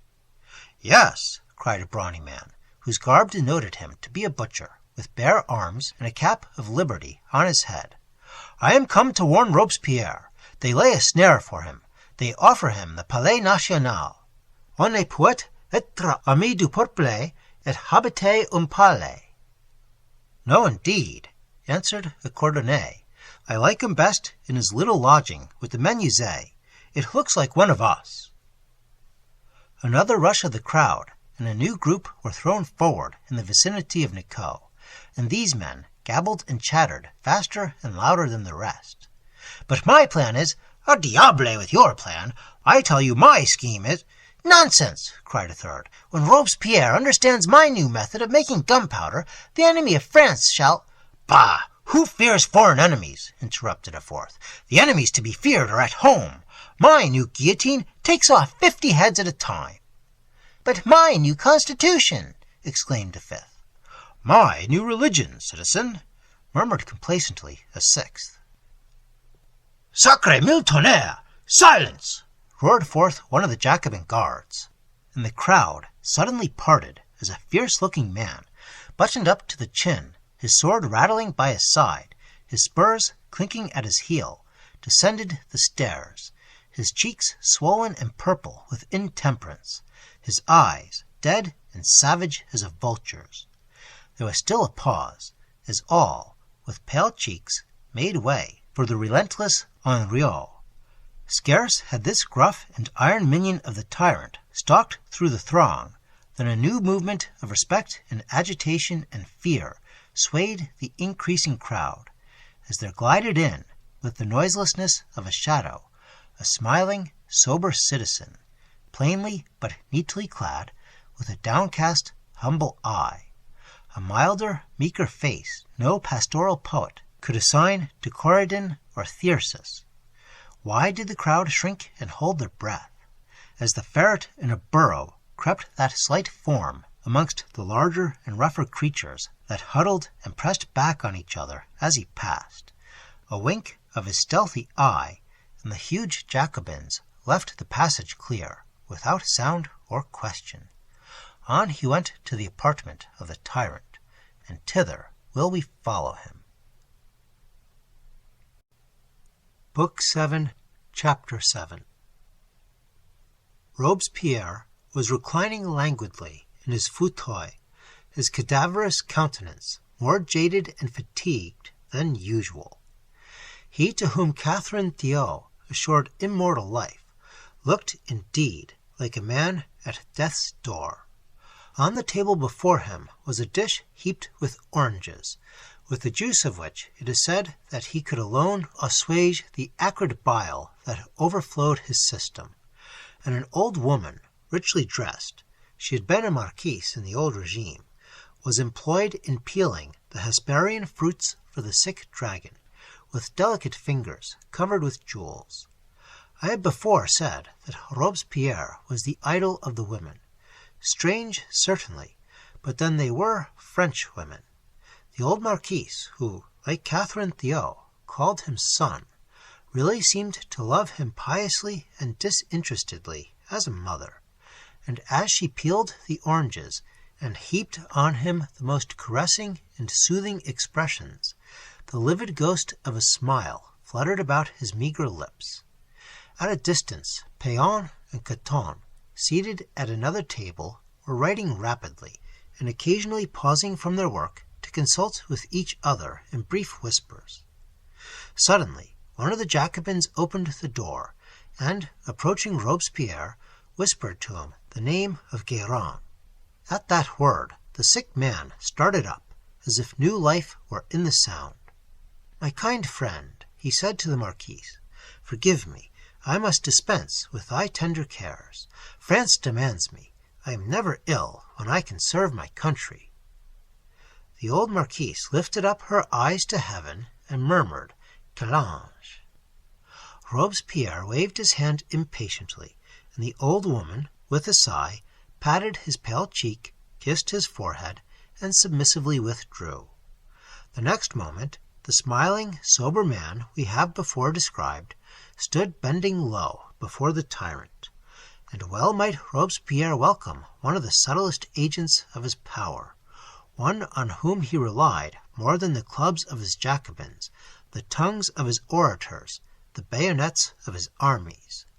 Guérin, the most renowned of his écouteurs, the searching, prying, universal, omnipresent spy, who glided like a sunbeam through chink and crevice, and brought to him intelligence not only of deeds, but the hearts of men. "Well, citizen, well, and what of Tallien?" "This morning, early, 2 minutes after 8, he went out." "So early? He passed Rue des Quatre Filles, Rue du Temple, Rue de la Réunion, Amarais, Rue Martin. Nothing observable, except that." "That what?" "He amused himself at a stall in bargaining for some books." "Bargaining for books? Ha, ha, the charlatan! He would cloak the intriguant under the savant. Well?" "At last, at the Rue des Fosses Montmartre, an individual in a blue surtout, unknown, accosted him. They walked together about the street some minutes, and were joined by Legendre." "Legendre! Approach, Péon! Legendre, thou hearest!" "I went into a fruit stall and hired 2 little girls to go and play at ball within hearing. They heard Legendre say, 'I believe his power is wearing itself out,' and Tallien answered, and himself too, 'I would not give 3 months' purchase for his life.' I do not know, citizen, if they meant thee." "Nor I, citizen," answered Robespierre with a fell smile, succeeded by an expression of gloomy thought. "Ha!" he muttered, "I am young yet, in the prime of my life. I commit no excess. No, my constitution is sound, sound. Anything farther of Tallien?" "Yes, the woman whom he loves, Teresa de Fontenay, who lies in prison, still continues to correspond with him, to urge him to save her by thy destruction. This my listeners overheard. His servant is the messenger between the prisoner and himself." "So, the servant shall be seized in the open streets of Paris. The reign of terror is not over yet. With the letters found on him, if such their context, I will pluck Tallien from his benches in the Convention." Robespierre rose, and, after walking a few moments to and fro the room in thought, opened the door and summoned one of the Jacobins without. To him he gave his orders for the watch and arrest of Tallien's servant, and then threw himself again into his chair. As the Jacobin departed, Guérin whispered, "Is that not the citizen Aristide?" "Yes, a faithful fellow, if he would wash himself and not swear so much." "Didst thou not guillotine his brother?" "But Aristide denounced him." "Nevertheless, are such men safe about thy person?" "Humph, that is true." And Robespierre, drawing out his pocket-book, wrote a memorandum in it, replaced it in his vest, and resumed. "What else of Tallien?"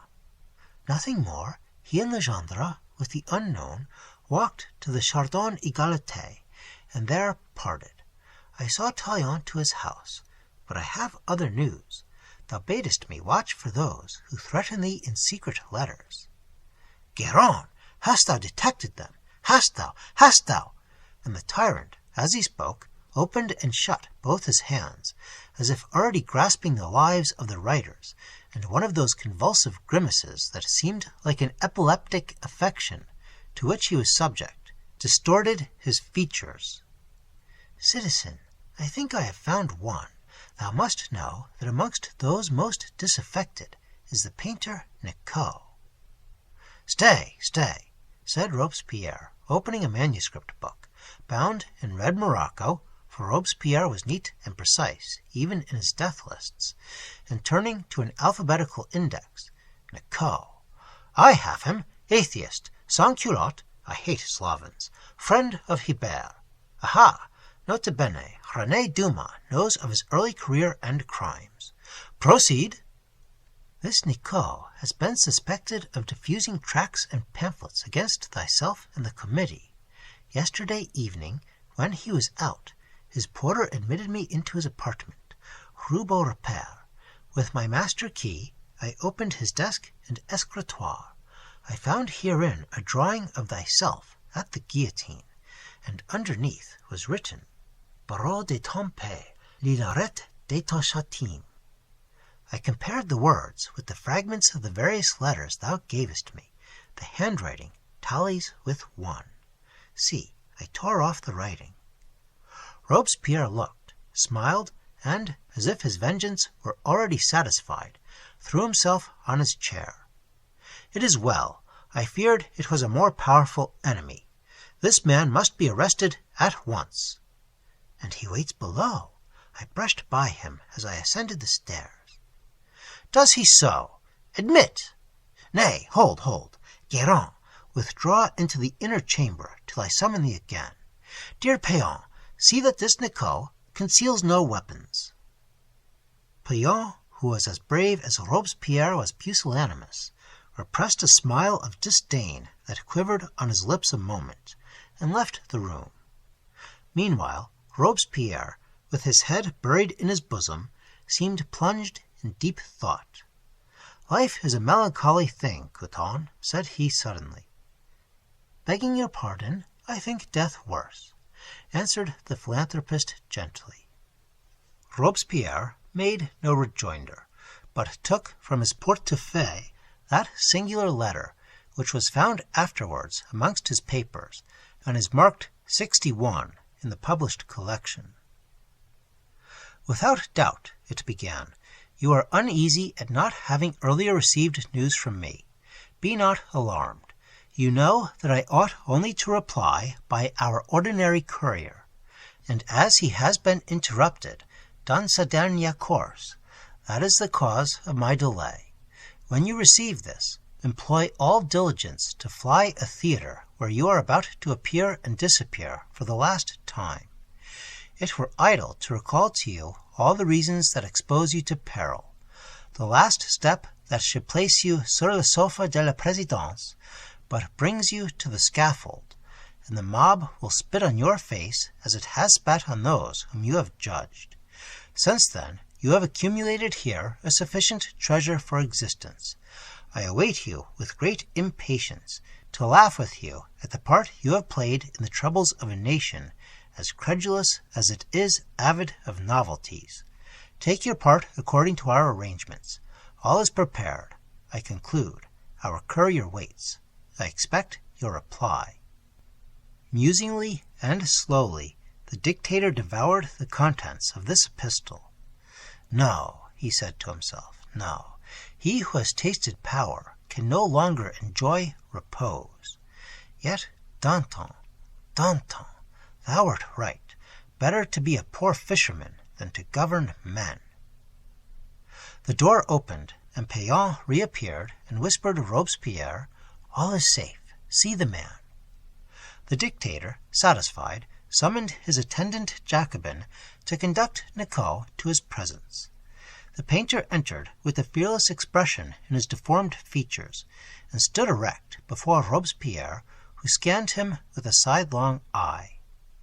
It is remarkable that most of the principal actors of the Revolution were singularly hideous in appearance, from the colossal ugliness of Mirabeau and Danton, or the villainous ferocity in the countenances of David and Simon, to the filthy squalor of Marat, the sinister and bilious meanness of the dictator's features. But Robespierre, who is said to resemble a cat, had also a cat's cleanness, and his prim and dainty dress, his shaven smoothness, the womanly whiteness of his lean hands, made yet more remarkable the disorderly ruffianism that characterized the attire and mien of the painter sans-culotte. "And so, citizen," said Robespierre mildly, "thou wouldst speak with me. I know thy merits and civism have been overlooked too long. Thou wouldst ask some suitable provision in the state. Scruple not, say on." "Virtuous Robespierre, toi qui éclaires l'univers, I come not to ask a favor, but to render service to the state. I have discovered a correspondence that lays open a conspiracy of which many of the actors are yet unsuspected." And he placed the papers on the table. Robespierre seized and ran his eye over them rapidly and eagerly. "Good, good," he muttered to himself. "This is all I wanted. Barrère, Legendre, I have them. Camille Desmoulins was but their dupe. I loved him once. I never loved them. Citizen Nicot, I thank thee. I observe these letters are addressed to an Englishman. What Frenchman but must distrust these English wolves in sheep's clothing? France wants no longer citizens of the world. That farce ended with Anacharsis Clootz. I beg pardon, Citizen Nicot, but Clootz and Hebert were thy friends." "Nay," said Nicot, apologetically, "we are all liable to be deceived. I ceased to honor them whom thou didst declare against, for I disown my own senses rather than thy justice." "Yes, I pretend to justice. That is the virtue I affect," said Robespierre meekly, and with his feline propensities he enjoyed, even in that critical hour of vast schemes, of imminent danger, of meditated revenge, the pleasure of playing with a solitary victim. "And my justice shall no longer be blind to thy services, good Nicot. Thou knowest this Glinden." "Yes, well, intimately. He was my friend. But I would give up my brother if he were one of the indulgents. I am not ashamed to say that I have received favors from this man." "Aha! And thou dost honestly hold the doctrine that where a man threatens my life, all personal favors are to be forgotten?" "All. Good citizen, kind Nicot, oblige me by writing the address of this Glinden." Nicot stooped to the table, and suddenly, when the pen was in his hand, a thought flashed across him, and he paused, embarrassed and confused. "Write on, kind Nicot." The painter slowly obeyed. "Who are the other familiars of Glinden?" "It was on that point I was about to speak to thee, representant," said Nicot. "He visits daily a woman, a foreigner, who knows all his secrets. She affects to be poor and to support her child by industry, but she is the wife of an Italian of immense wealth, and there is no doubt that she has moneys which are spent in corrupting the citizens. She should be seized and arrested." "Write down her name also." "But no time is to be lost, for I know that both have a design to escape from Paris this very night." "Our government is prompt, good Nicot, never fear. Humph, humph." And Robespierre took the paper on which Nicot had written, and, stooping over it, for he was near-sighted, added smilingly, "Dost thou always write the same hand, citizen? This seems almost like a disguised character." "I should not like them to know who denounced them, representant." "Good, good. Thy virtue shall be rewarded. Trust me. Salut et fraternité." Robespierre half rose as he spoke, and Nicot withdrew. "Ho there, without!" cried the dictator, ringing his bell, and as the ready Jacobin attended the summons, "Follow that man, Jean Nicot. The instant he has cleared the house, seize him. At once with the conciergerie with him. Stay! nothing against the law. There is thy warrant. The public accuser shall have my instruction. Away, quick!" The Jacobin vanished. All trace of illness, of infirmity, had gone from the valetudinarian. He stood erect on the floor, his face twitching convulsively, and his arms folded. "Ho, Gran!" The spy reappeared. "Take these addresses. Within an hour this Englishman and his woman must be in prison. Their revelations will aid me against worthier foes. They shall die. They shall perish with the rest on the 10th, the 3rd day from this. There," he wrote hastily, "there also is thy warrant. Off! And now, Couton, Payan, we will dally no longer with Tallien and his crew. I have information that the convention will not attend the fete on the 10th. We must trust only to the sword of the law. I must compose my thoughts, prepare my harangue. Tomorrow I will reappear at the convention.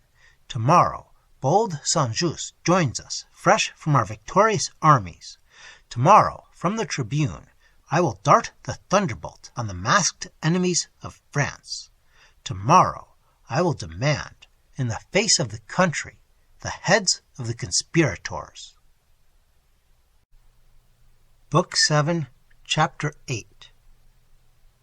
In the meantime, Glyndon, after an audience of some length with C, in which the final preparations were arranged, sanguine of safety and foreseeing no obstacle to escape, bent his way back to Felidae. Suddenly, in the midst of his cheerful thoughts, he fancied he heard a voice too well and too terribly recognized, hissing in his ear.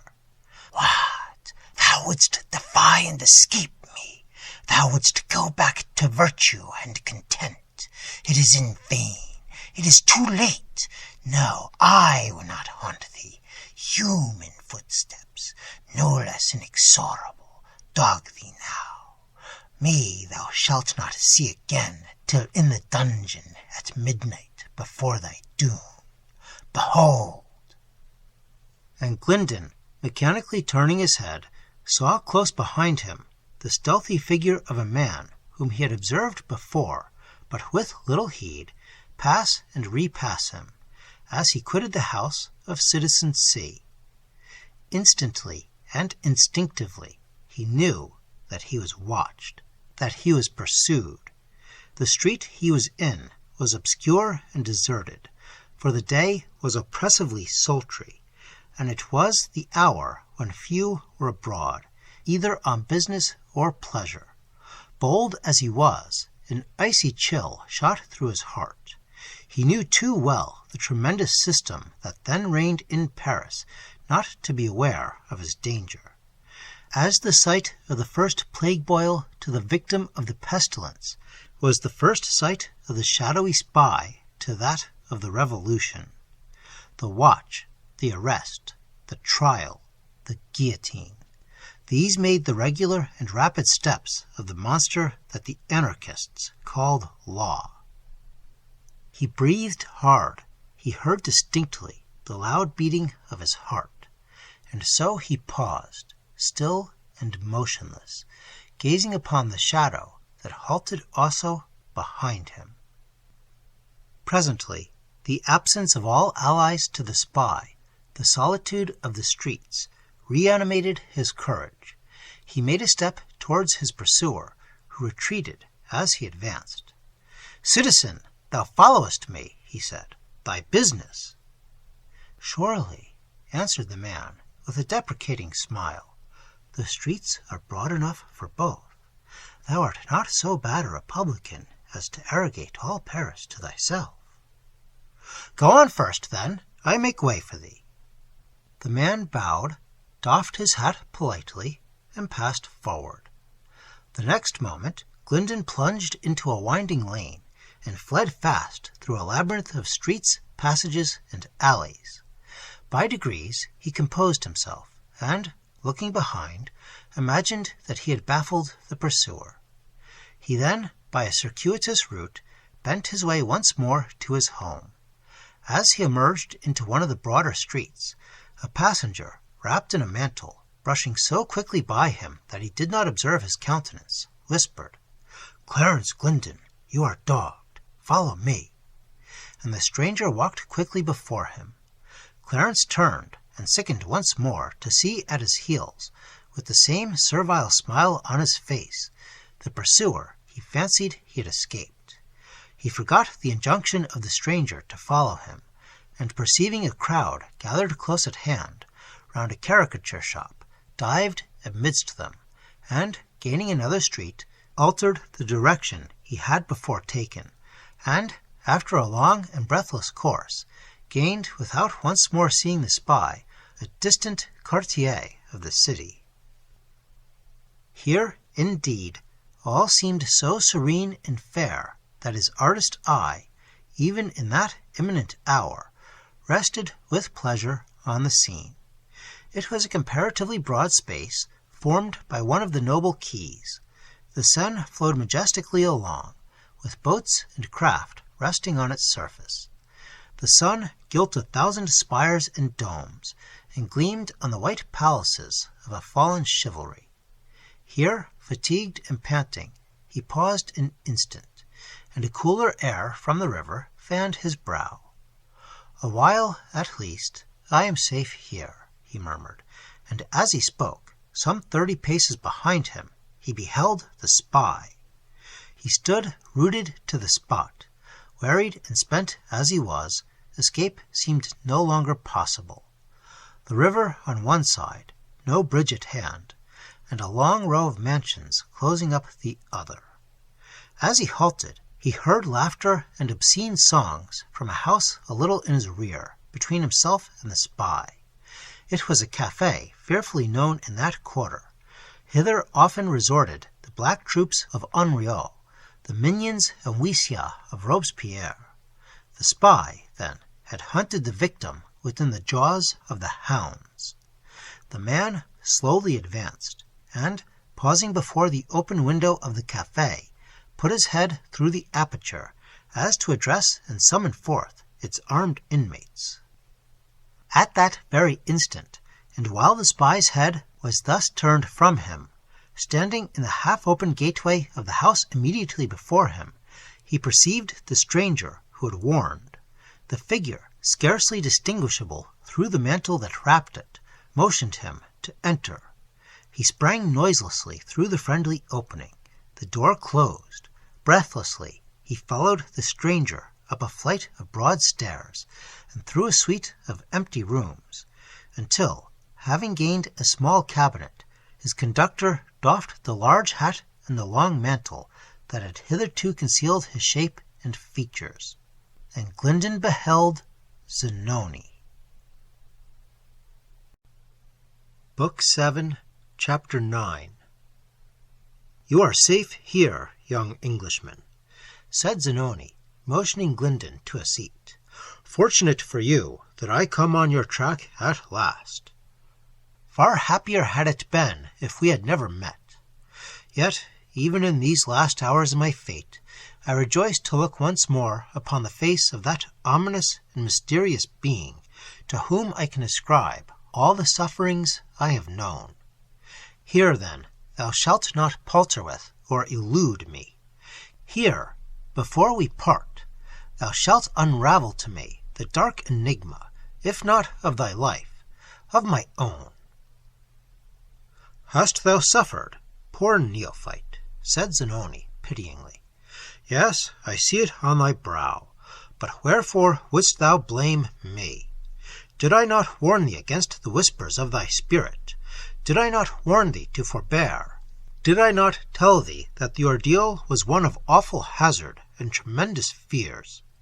Nay, did I not offer to resign to thee the heart that was mighty enough, while mine, Glyndon, to content me? Was it not thine own daring and resolute choice to brave the initiation?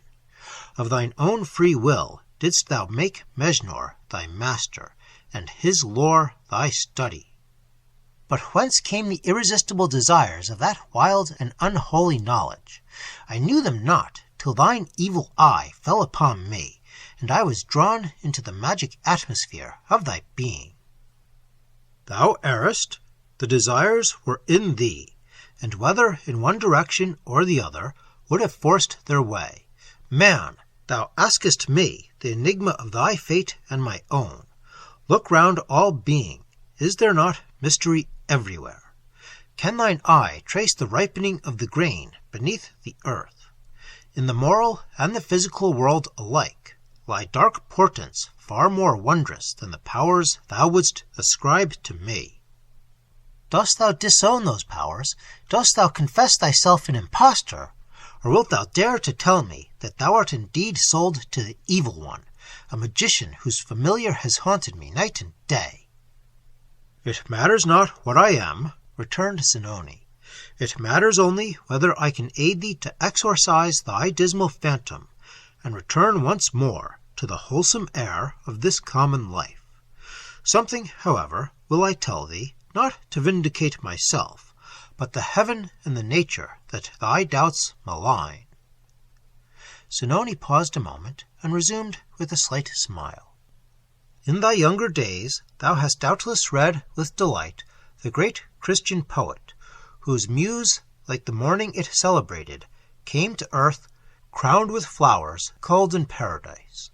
No spirit was more imbued with the nightly superstitions of the time, and surely the poet of Jerusalem hath sufficiently, to satisfy even the inquisitor he consulted, execrated all the practitioners of the unlawful spells invoked. Pur is forzar cocito e flegitonte. But in his sorrows and his wrongs, in the prison of his madhouse, know you not that Tasso himself found his solace, his escape, in the recognition of a holy and spiritual theurgia, of a magic that could summon the angel or the good genius, not the fiend? And do you not remember how he, deeply versed as he was for his age in the mysteries of the nobler Platonism, which hints at the secrets of all the starry brotherhoods, from the Chaldean to the later Rosicrucian, discriminates in his lovely verse between the black art of his Meno and the glorious lore of the enchanter who counsels and guides upon their errand the champions of the Holy Land.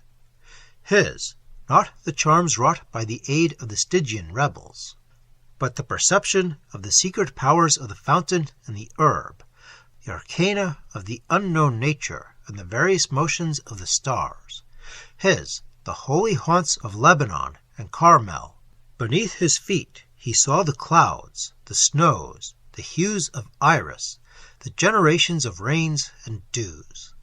Did the Christian hermit who converted that enchanter, no fabulous being, but the type of all spirit that would aspire through nature up to God, command him to lay aside these sublime studies, le solita arte e lusso mio? No, but to cherish and direct them to worthy ends.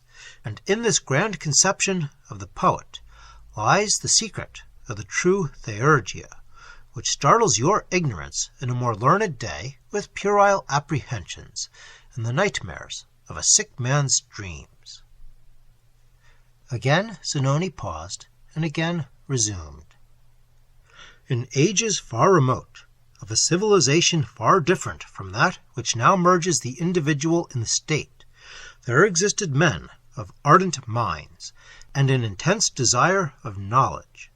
In the mighty and solemn kingdoms in which they dwelt, there were no turbulent and earthly channels to work off the fever of their minds. Set in the antique mold of castes through which no intellect could pierce, no valor could force its way, the thirst for wisdom alone reigned in the hearts of those who received its study as a heritage from sire to son. Hence, even in your imperfect records of the progress of human knowledge, you find that, in the earliest ages, philosophy descended not to the business and homes of men. It dwelt amidst the wonders of the loftier creation.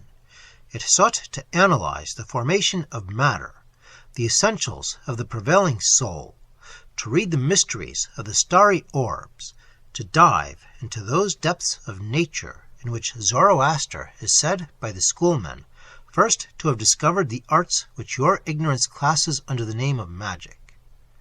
In such an age, then, arose some men who, amidst the vanities and delusions of their class, imagined that they detected gleams of a brighter and a steadier lore. They fancied an affinity existing among all the works of nature, and that in the lowliest lay the secret attraction that might conduct them upward to the loftiest. Centuries passed, and lives were wasted in these discoveries, but step after step was chronicled and marked, and became the guide to the few who alone had the hereditary privilege to track their path. At last, from this dimness, upon some eyes the light broke. But think not, young visionary, that to those who nursed unholy thoughts, over whom the origin of evil held the sway, that dawning was vouchsafed. It could be given then, as now, only to the purest ecstasies of imagination and intellect, undistracted by the cares of a vulgar life, or the appetites of the common clay. Far from descending to the assistance of a fiend, theirs was but the august ambition to approach nearer to the fount of good. The more they emancipated themselves from this limbo of the planets, the more they were penetrated by the splendor and beneficence of God. And if they sought, and at last discovered, how to the eye of the spirit all the subtler modifications of being and of matter might be made apparent, if they discovered how, for the wings of the spirit, all space might be annihilated, and while the body stood heavy and solid here, as a deserted tomb, the freed idea might wander from star to star, if such discoveries became in truth their own, the sublimest luxury of their knowledge was but this, to wonder, to venerate, and adore. For, as one not unlearned in these high matters has expressed it, there is a principle of the soul superior to all external nature, and through this principle we are capable of surpassing the order and systems of the world, and participating the immortal life and the energy of the sublime celestials. When the soul is elevated to natures above itself, it deserts the order to which it is awhile compelled, and by a religious magnetism is attracted to another and a loftier, with which it blends and mingles. Grant, then, that such beings found at last the secret to arrest death, to fascinate danger and the foe, to walk the revolutions of the earth unharmed. Think you that this life could teach them other desire than to yearn the more for the immortal, and to fit their intellect the better for the higher being to which they might, when time and death exist no longer, be transferred? Away with your gloomy fantasies of sorcerer and demon. The soul can aspire only to the light, and even the error of our lofty knowledge was but the forgetfulness of the weakness, the passions, and the bonds, which the death we so vainly conquered only can purge away. This address was so different from what Glyndon had anticipated, that he remained for some moments speechless, and at length faltered out, "But why, then, to me?" "Why," added Zanoni, "why to thee have been only the penance and the terror, the threshold and the phantom. Vain man, look to the commonest elements of the common learning. Can every tyro at his mere wish and will become the master? Can the student, when he has bought his Euclid, become a Newton? Can the youth whom the muses haunt say, 'I will equal Homer'? Yea, can yon pale tyrant, with all the parchment laws of 100 system-shapers, and the pikes of his dauntless multitude, carve at his will a constitution not more vicious than the one which the madness of a mob could overthrow? When, in that far time to which I have referred, the student aspired to the heights to which thou wouldst have sprung at a single bound, he was trained from his very cradle to a career he was to run. The internal and the outward nature were made clear to his eyes, year after year, as they opened on the day. He was not admitted to the practical initiation till not one earthly wish chained that sublimest faculty which you call the imagination, one carnal desire clouded the penetrative essence that you call the intellect.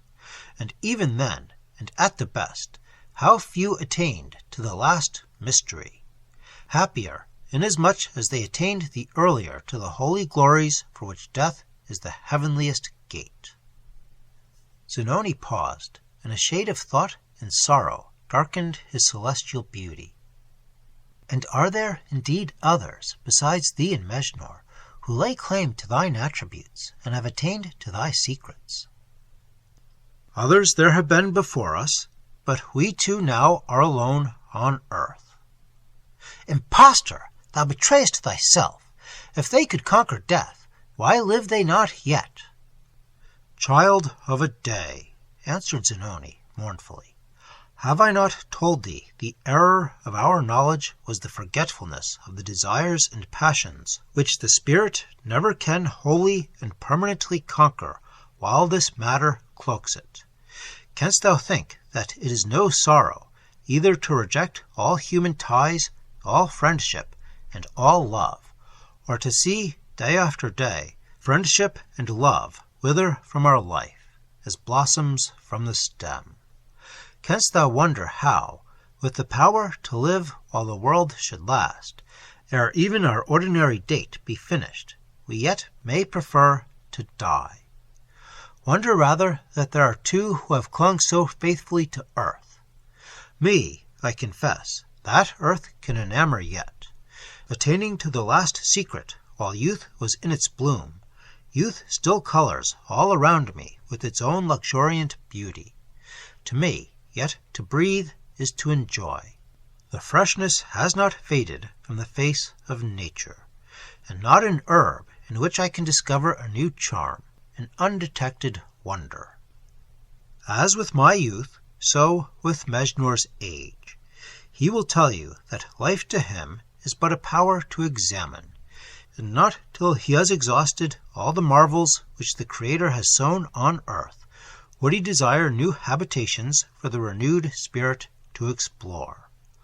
We are the types of two essences of what is imperishable, art that enjoys, and science that contemplates. And now that thou mayest be contented that the secrets are not vouchsafed to thee, learn that so utterly must the idea detach itself from what makes up the occupation and excitement of men, so must it be void of whatever would covet, or love, or hate, that for the ambitious man, for the lover, the hater, the power avails not. And I, at last, bound and blinded by the most common of household ties, I, darkened and helpless, adjure thee, the baffled and discontented. I adjure thee to direct, to guide me. Where are they? Oh, tell me, speak, my wife, my child. Silent. Oh, thou knowest now that I am no sorcerer, no enemy. I cannot give thee what thy faculties deny. I cannot achieve what the passionless Mejnour failed to accomplish. But I can give thee the next best boon, perhaps the fairest. I can reconcile thee to the daily world, and place peace between thy conscience and thyself. Wilt thou promise? By their sweet lives, I promise. Glyndon looked and believed. He whispered the address to the house whither his fatal step already had brought woe and doom. Bless thee for this, exclaimed Zanoni passionately, and thou shalt be blessed. What, couldst thou not perceive that at the entrance to all the grander worlds dwell the race that intimidate and awe, who in thy daily world ever left the old regions of custom and prescription, and felt not the first seizure of the shapeless and nameless fear? Everywhere around thee, where men aspire and labor, though they see it not, in the closet of the sage, in the council of the demagogue, in the camp of the warrior, everywhere cowers and darkens the unutterable horror. But there, where thou hast ventured, alone is the phantom visible, and never will it cease to haunt, till thou canst pass to the infinite as the seraph, or return to the familiar as a child. But answer me this: when, seeking to adhere to some calm resolve of virtue, the phantom hath stalked suddenly to thy side, when its voice hath whispered thee despair, when its ghastly eyes would scare thee back to those scenes of earthly craft and riotous excitement, from which, as it leaves thee to worse foes to the soul, its presence is ever absent, hast thou never bravely resisted the spectre and thine own horror? Hast thou never said, "Come what may, to virtue I will cling"? "Alas," answered Glyndon, "only of late have I dared to do so." And thou hast felt then that the phantom grew more dim and its power more faint. "It is true." Rejoice, then, thou hast overcome the true terror and mystery of the ordeal. Resolve is the first success. Rejoice, for the exorcism is sure. Thou art not of those who, denying a life to come, are the victims of the inexorable horror. Oh, when shall men learn, at last, that if the great religion inculcates so rigidly the necessity of faith, it is not alone that faith leads to the world to be, but that without faith there is no excellence in this, faith in something wiser, happier, diviner than we see on earth. The artist calls it the ideal, the priest faith. The ideal and faith are one and the same. Return, O wanderer, return. Feel what beauty and holiness dwell in the customary and the old. Back to thy gateway glide, thou horror, and calm on the childlike heart smile again, O azure heaven, with thy night and thy morning star but as one, though under its double name of memory and hope. As he thus spoke, Zanoni laid his hand gently on the burning temples of his excited and wondering listener, and presently a sort of trance came over him. He imagined that he was returned to the home of his infancy, that he was in a small chamber where, over his early slumbers, his mother had watched and prayed. There it was, visible, palpable, solitary, unaltered. In the recess, the homely bed. On the walls, the shelves filled with holy books. The very easel on which he had first sought to call the ideal to the canvas, dust-covered, broken, in the corner. Below the window lay the old churchyard. He saw it green in the distance, the sun glancing through the yew trees. He saw the tomb where father and mother lay united, and the spire pointing up to heaven, the symbol of the hopes of those who consigned the ashes to the dust. In his ear rang the bells, pealing as on a Sabbath day. Far fled all the visions of anxiety and awe that had haunted and convulsed. Youth, boyhood, childhood came back to him with innocent desires and hopes. He thought he fell upon his knees to pray. He woke in delicious tears. He felt that the phantom was fled forever. He looked round. Zanoni was gone. On the table lay these lines, the ink yet wet. "I will find ways and means for thy escape.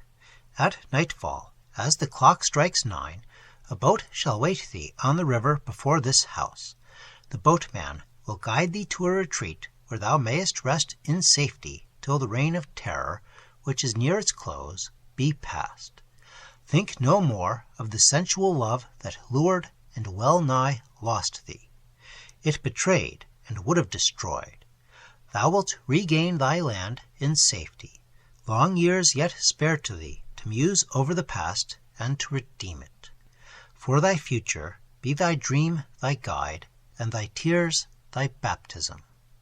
The Englishman obeyed the injunctions of the letter and found their truth. Book 7, Chapter 10. Zanoni to Mejnour. She is in one of their prisons, their inexorable prisons. It is Robespierre's order. I have tracked the cause to Glinden. This, then, made that terrible connection between their fates which I could not unravel, but which, till severed as it now is, wrapped Glinden himself in the same cloud that concealed her. In prison, in prison, it is the gate of the grave. Her trial, and the inevitable execution that follows such trial, is the third day from this. The tyrant has fixed all his schemes of slaughter for the 10th of Thermidor. While the deaths of the unoffending strike awe to the city, his satellites are to massacre his foes. There is but one hope left, that the power which now dooms the doomer may render me an instrument to expedite his fall. But 2 days left, 2 days. In all my wealth of time I see but 2 days. All beyond, darkness, solitude. I may save her yet. The tyrant shall fall the day before that which he has set apart for slaughter. For the first time I mix among the broils and stratagems of men, and my mind leaps up from my despair, armed and eager for the contest. A crowd has gathered round the Rue Saint-Honore. A young man was just arrested by the order of Robespierre. He was well known to be in the service of Talleyrand, that hostile leader in the Convention whom the tyrant had hitherto trembled to attack. This incident had therefore produced a greater excitement than a circumstance so customary as an arrest in the Reign of Terror might be supposed to create. Amongst the crowd were many friends of Talleyrand, many foes to the tyrant, many wary of beholding the tiger dragging victim after victim to its den. Hoarse, foreboding rumors were heard. Fierce eyes glared upon the officers as they seized their prisoner, and though they did not yet dare openly to resist, those in the rear pressed on those behind, and encumbered the path of the captive and his captors.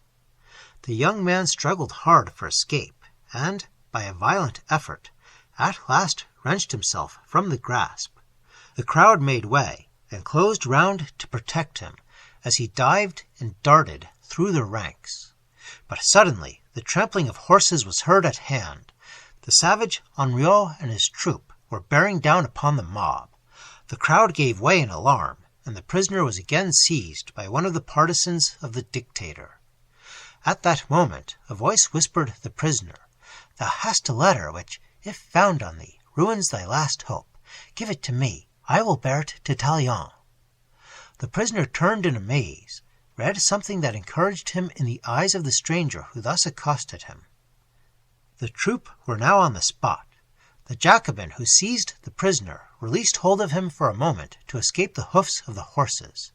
In that moment the opportunity was found. The stranger had disappeared. At the house of Talleyrand the principal foes of the tyrant were assembled. Common danger made common fellowship. All factions laid aside their feuds for the hour to unite against the formidable man who was marching over all factions to his gory throne. There was bold Lecointre, the declared enemy. There creeping Barrère, who would reconcile all extremes, the hero of the cowards. Barras, calm and collected.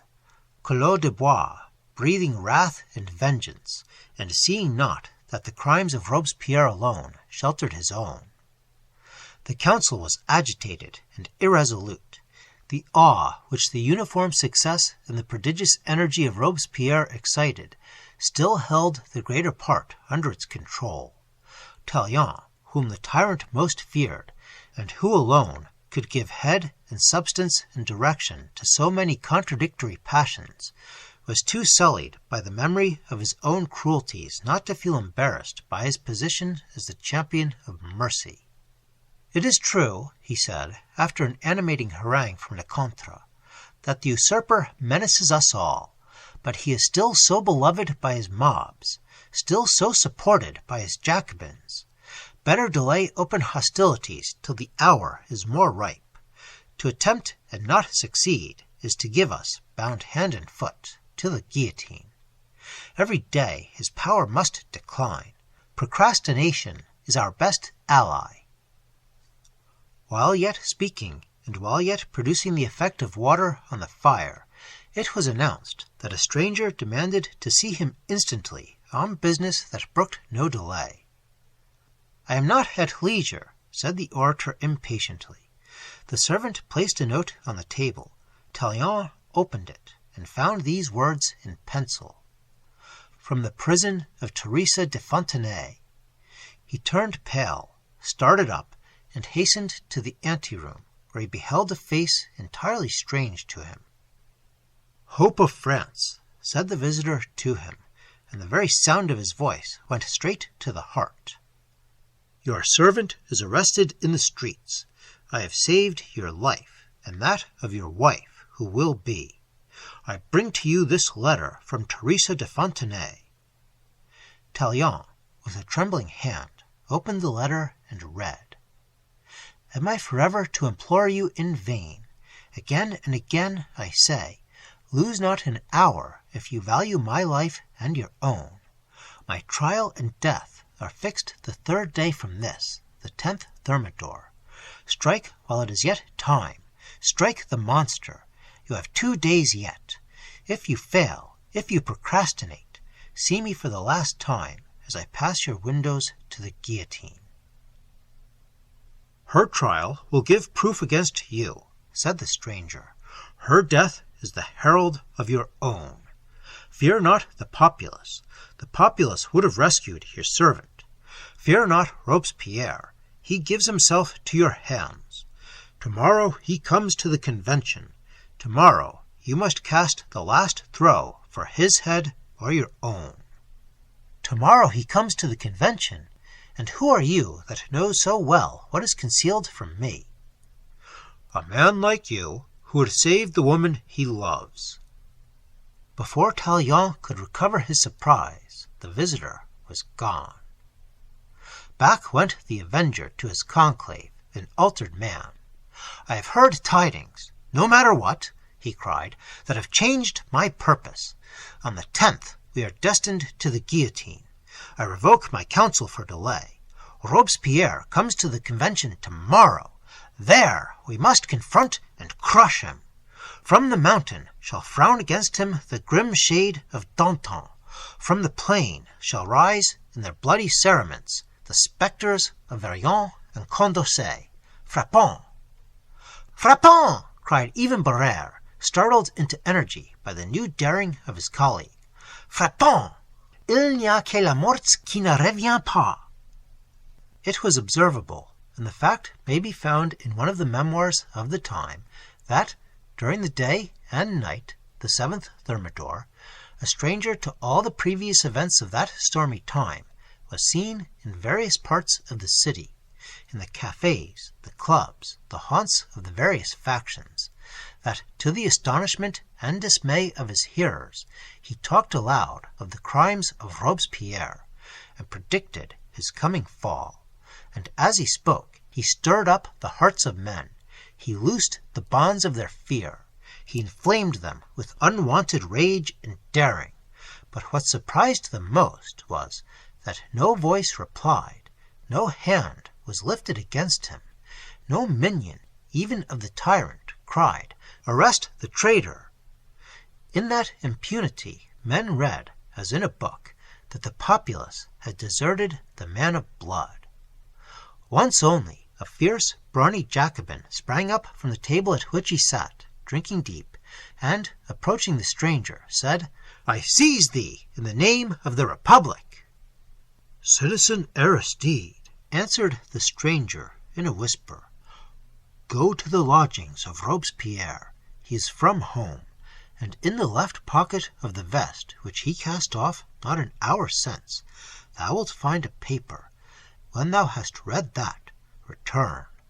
I will await thee, and if thou wouldst then seize me, I will go without a struggle. Look round on those lowering brows. Touch me now, and thou wilt be torn to pieces." The Jacobin felt as if compelled to obey against his will. He went forth muttering. He returned. The stranger was still there. "Mille tonnerres," he said to him, "I thank thee. The poltroon had my name in his list for the guillotine." With that, the Jacobin Aristide sprang upon the table and shouted, "Death to the tyrant!" Book 7, Chapter 11. The morning rose, the 8th of Thermidor, July 26th. Robespierre has gone to the convention. He has gone with his labored speech. He has gone with his phrases of philanthropy and virtue. He has gone to single out his prey.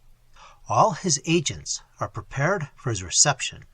The fierce Saint-Just has arrived from the armies to second his courage and inflame his wrath. His ominous apparition prepares the audience for the crisis. "Citizens," screeched the shrill voice of Robespierre, "others have placed before you flattering pictures. I come to announce to you useful truths. And they attribute to me alone, whatever of harsh or evil is committed. It is Robespierre who wishes it. It is Robespierre who ordains it. Is there a new tax? It is Robespierre who ruins you. They call me tyrant. And why? Because I have acquired some influence. But how? In speaking truth. And who pretends that truth is to be without force in the mouths of the representatives of the French people? Doubtless, truth has its power, its rage, its despotism, its accents, touching, terrible, and which resound in the pure heart as in the guilty conscience, and which falsehood can no more imitate than Salmoneus could forge the thunderbolts of heaven.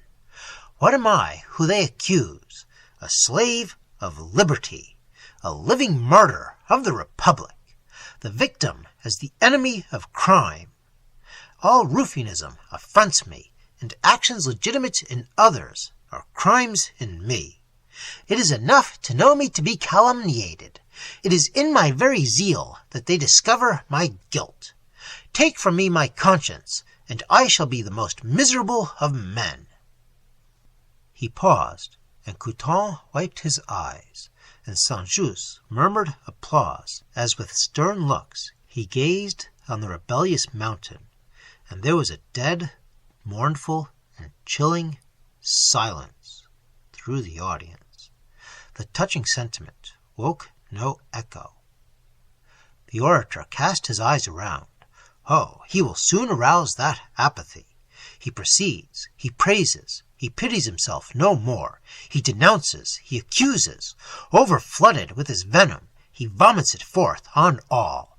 At home, abroad, finances, war, on all.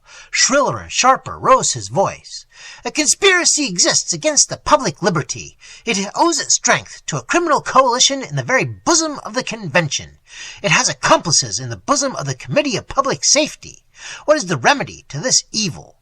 To punish the traitors, to purify this committee, to crush all factions by the weight of the national authority, to raise upon their ruins the power of liberty and justice. Such are the principles of that reform. Must I be ambitious to profess them? Then the principles are prescribed, and tyranny reigns amongst us. For what can you object to a man who is in the right and has at least this knowledge? He knows how to die for his native land. I am made to combat crime and not to govern it. The time, alas, is not yet arrived when men of worth can serve with impunity their country. So long as the knaves rule, the defenders of liberty will be only the proscribed. For 2 hours, through that cold and gloomy audience, shrilled the death speech. In silence it began. In silence it closed. The enemies of the orator were afraid to express resentment. They knew not yet the exact balance of power. His partisans were afraid to approve. They knew not whom of their own friends and relations the accusations were designed to single forth. "Take care," whispered each to each. It is thou whom he threatens. But silent though the audience, it was, at the first, well nigh subdued. There was still about this terrible man the spell of an overmastering will. Always, though not what is called a great orator, resolute and sovereign in the use of words, words seemed as things when uttered by one who with a nod moved the troops of Henriot and influenced the judgment of René Dumas, grim president of the tribunal. Le Contre of Versailles rose, and there was an anxious movement of attention, for Le Contre was one of the fiercest foes of the tyrant. What was the dismay of the Tallien faction, what the complacent smile of Couthon, when Le Contre demanded only that the oration should be printed? All seemed paralyzed. At length Berdon de Louise, whose name was doubly marked in the black list of the dictator, stalked to the tribune, and moved the bold counter-resolution that the speech should be referred to the two committees whom that very speech accused. Still no applause from the conspirators. They sat torpid as frozen men. The shrinking Barrère, ever on the prudent side, looked round before he rose. He rises and sides with Le Contre. Then Couthon seized the occasion, and from his seat, a privilege permitted only to the paralytic philanthropist, and with his melodious voice sought to convert the crisis into a triumph. He demanded not only that the harangue should be printed, but sent to all the communes and all the armies. It was necessary to soothe a wronged and ulcerated heart. Deputies, the most faithful, had been accused of shedding blood. Ah, if he had contributed to the death of one innocent man, he should immolate himself with grief. Beautiful tenderness, and while he spoke, he fondled the spaniel in his bosom. Bravo, Couthon! Robespierre triumphs. The reign of terror shall endure. The old submission settles dove-like back in the assembly. They vote the printing of the death speech and its transmission to all the municipalities. From the benches of the mountain, Tallien, alarmed, dismayed, impatient, and indignant, cast his gaze where sat the strangers admitted to hear the debates. And suddenly he met the eyes of the unknown who had brought to him the letter from Teresa de Fontenay the preceding day. The eyes fascinated him as he gazed. In after times he often said that their regard, fixed, earnest, half reproachful, and yet cheering and triumphant, filled him with new life and courage. They spoke to his heart as the trumpet speaks to the war-horse. He moved from his seat. He whispered with his allies. The spirit he had drawn in was contagious.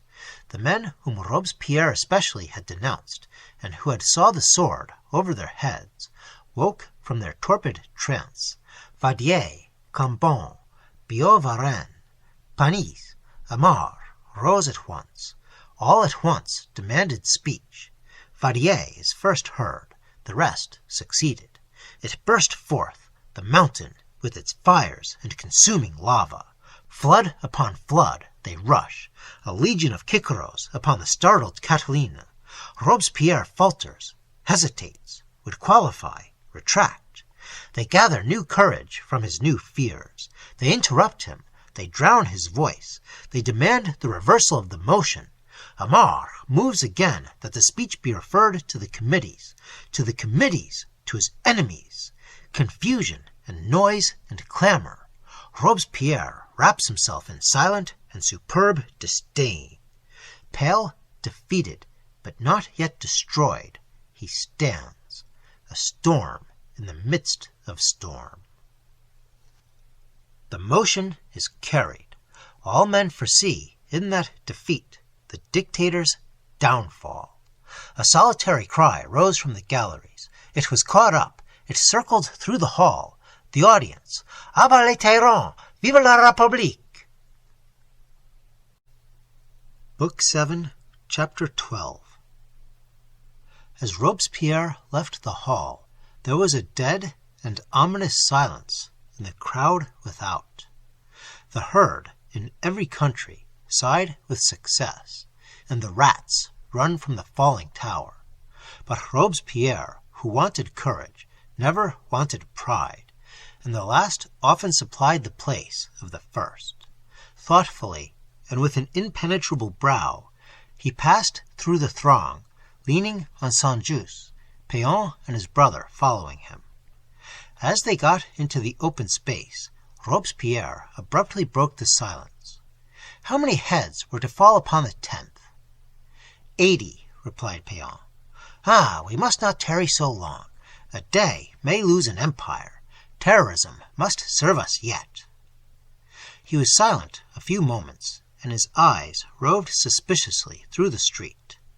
Saint-Just, he said abruptly, they have not found this Englishman whose revelations or whose trial would have crushed the Aimars and the Talliens. No, my Jacobins themselves are growing dull and blind, but they have seized a woman, only a woman. A woman's hand stabbed Marat, said Saint-Just. Robespierre stopped short and breathed hard. Saint-Just, said he, when this peril is past, we will found the reign of peace. There shall be homes and gardens set apart for the old. David is already designing the porticos. Virtuous men shall be appointed to instruct the young. All vice and disorder shall not be exterminated, no, only banished. We must not die yet. Posterity cannot judge us till our work is done. We have recalled l'être supreme. We must now remodel this corrupted world. All shall be love and brotherhood. And, ho, Simon, hold! Your pencil, Saint-Just. And Robespierre wrote hastily, this to Citizen President Dumas. Go with it quick, Simon. These 80 heads must fall tomorrow. Tomorrow, Simon. Dumas will advance their trial a day. I will write to Fouquier-Tinville, the public accuser. We meet at the Jacobins tonight, Simon. There we will denounce the convention itself. There we will rally round us the last friends of liberty and France. A shout was heard in the distance behind. Vive la République! The tyrant's eyes shot a vindictive gleam. The Republic! Fa! We did not destroy the throne of 1,000 years for that canaille. The trial, the execution of the victims is advanced a day. By the aid of the mysterious intelligence that had guided and animated him hitherto, Zanoni learned that his arts had been in vain. He knew that Viola was safe, if she could but survive an hour the life of the tyrant. He knew that Robespierre's hours were numbered, that the 10th of Thermidor, on which he had originally designed the execution of his last victims, would see himself at the scaffold. Zanoni had toiled, had schemed for the fall of the butcher and his reign. To what end? A single word from the tyrant had baffled the result of all. The execution of Viola is advanced a day. Vain seer, who is to make thyself the instrument of the eternal, the very dangers that now beset the tyrant but expedite the doom of his victims. Tomorrow 80 heads, and hers whose pillow has been thy heart. Tomorrow, and Maximilian is safe tonight. Book 7, Chapter 13. Tomorrow, and it is already twilight. One after one, the gentle stars come smiling through the heaven. The Seine, in its slow waters, yet trembles with the last kiss of the rosy day, and still in the blue sky gleams the spire of Notre Dame, and still in the blue sky looms the guillotine by the Barrière du Trône. Turn to that time-worn building, once the church and the convent of the Frères Prêcheurs, known by the then holy name of Jacobins. There the new Jacobins hold their club. There, in that oblong hall, once the library of the peaceful monks, assembled the idolaters of Saint Robespierre. 2 immense tribunes, raised at either end, contain the lees and dregs of the atrocious populace. the majority of that audience consisting of the Furies of the guillotine, Furies de guillotine. In the midst of the hall are the bureau and chair of the president, the chair long preserved by the piety of the monks as the relic of St. Thomas Aquinas. Above this seat scowls the harsh bust of Brutus. An iron lamp and 2 branches scatter over the vast room a murky, fuliginous ray, beneath the light of which the fierce faces of that pandemonium seem more grim and haggard. There, from the orator's tribune, shrieks the shrill wrath of Robespierre. Meanwhile, all is chaos, disorder, half-daring and half-cowardice in the committee of his foes. Rumors fly from street to street, from haunt to haunt, from house to house. The swallows flit low, and the cattle group together before the storm. And above this roar of the lives and things of the little hour, alone in his chamber stood he on whose starry youth, symbol of the imperishable bloom of the calm ideal amidst the mouldering actual, the clouds of ages had rolled in vain. All those exertions which ordinary wit and courage could suggest had been tried in vain. All such exertions were in vain, where, in that saturnalia of death, a life was the object. Nothing but the fall of Robespierre could have saved his victims. Now, too late, that fall would only serve to avenge. Once more, in that last agony of excitement and despair, the seer had plunged into solitude, to invoke again the aid or counsel of those mysterious intermediates between earth and heaven who had renounced the intercourse of the spirit when subjected to the common bondage of the mortal. In the intense desire and anguish of his heart, perhaps, lay a power not yet called forth. For who has not felt that the sharpness of extreme grief cuts and grinds away many of those strongest bonds of infirmity and doubt which bind down the souls of men to the cabined darkness of the hour, and that from the cloud and thunderstorm often swoops the Olympian eagle that can ravish us aloft? And the invocation was heard. The bondage of sense was rent away from the visual mind. He looked and saw, no, not the being he had called, with its limbs of light and unutterably tranquil smile, not his familiar Adonai, the Son of Glory and the Star, but the evil omen, the dark chimera, the implacable foe, with exultation and malice burning in its hell-lit eyes. The spectre, no longer cowering and retreating into shadow, rose before him, gigantic and erect. The face, whose veil no mortal hand had ever raised, was still concealed, but the form was more distinct, corporeal, and cast from it, as an atmosphere, horror and rage and awe. As an iceberg, the breath of that presence froze the air. As a cloud, it filled the chamber and blackened the stars from heaven. "Lo," said its voice, "I am here once more. Thou hast robbed me of a meaner prey. Now exorcise thyself from my power. Thy life has left thee, to live in the heart of a daughter of the charnel and the worm. In that life I come to thee with my inexorable tread. Thou art returned to the threshold, thou whose steps have trodden the verges of the infinite, and, as the goblin of its fantasy seizes on a child in the dark, mighty one who wouldst conquer death, I seize on thee!" "Back to thy thraldom, slave! If thou art come to the voice that called thee not, it is again not to command, but to obey. Thou, from whose whisper I gained the boons of the lives lovelier and dearer than my own, thou, I command thee, not by spell and charm, but by the force of a soul mightier than the malice of thy being. Thou serve me yet, and speak again the secret that can rescue the lives that hast, by the permission of the universal Master, permitted me to retain a while in the temple of the clay. Brighter and more devouringly burned the glare from those lurid eyes. More visible and colossal yet rose the dilating shape. A yet fiercer and a more disdainful hate spoke in the voice that answered, "Didst thou think that my boon would be other than thy curse?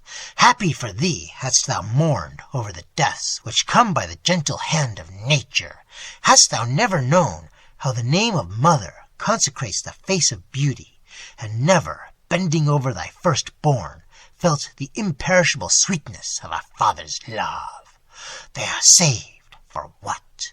The mother for death of violence and shame and blood, for the doomsman's hand to put aside that shining hair which has entangled thy bridegroom kisses. The child, first and last of thine offspring, in whom thou didst hope to found a race that should hear with thee the music of celestial harps, and float by the side of thy familiar Adonai through the azure rivers of joy.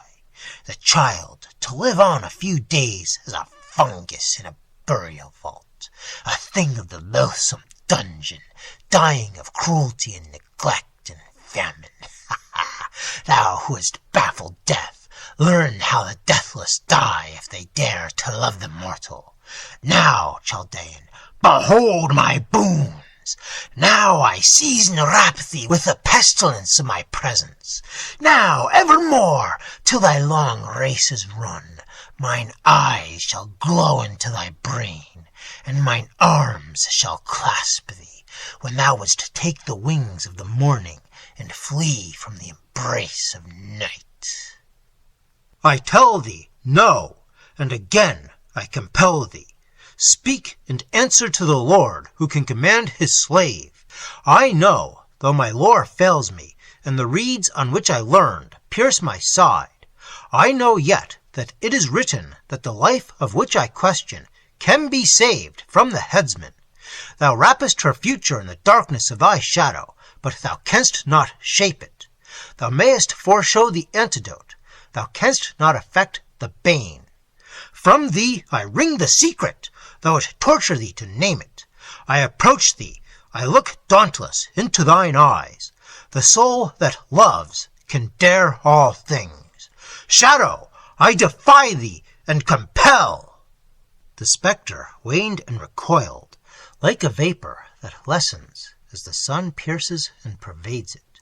The form shrank cowering and dwarfed in the dimmer distance, and through the casement again rushed the stars. Yes, said the voice, with a faint and hollow accent. Thou canst save her from the headsman, for it is written that sacrifice can save. Ha ha! And the shape again suddenly dilated into the gloom of its giant stature, and its ghastly laugh exulted, as if the foe, a moment baffled, had regained its might. Ha ha! Thou canst save her, if thou wilt sacrifice thine own. Is it for this thou hast lived on through crumbling empires and countless generations of thy race? At last shall death reclaim thee. Wouldst thou save her, die for her. Fall, O stately column, over which stars yet unformed may gleam. Fall, that the herb at thy base may drink a few hours longer the sunlight and the dews. Silent, art thou ready for the sacrifice? See, the moon moves up through heaven. Beautiful and wise one, wilt thou bid her smile tomorrow on thy headless clay? Back, for my soul, in answering thee from depths where thou canst not hear it, has regained its glory, and I hear the wings of Adonai gliding musical through the air. He spoke, and with a low shriek of baffled rage and hate, the thing was gone, and through the room rushed, luminous and sudden, the presence of silvery light. As the heavenly visitor stood in the atmosphere of his own luster, and looked upon the face of the theurgist with an aspect of ineffable tenderness and love, all space seemed lighted from his smile. Along the blue air without, from that chamber in which his wings had halted, to the farthest star in the azure distance. It seemed as if the track of his flight were visible by a lengthened splendor in the air, like the column of moonlight on the sea. Like the flower that diffuses perfume as the very breath of its life, so the emanation of that presence was joy.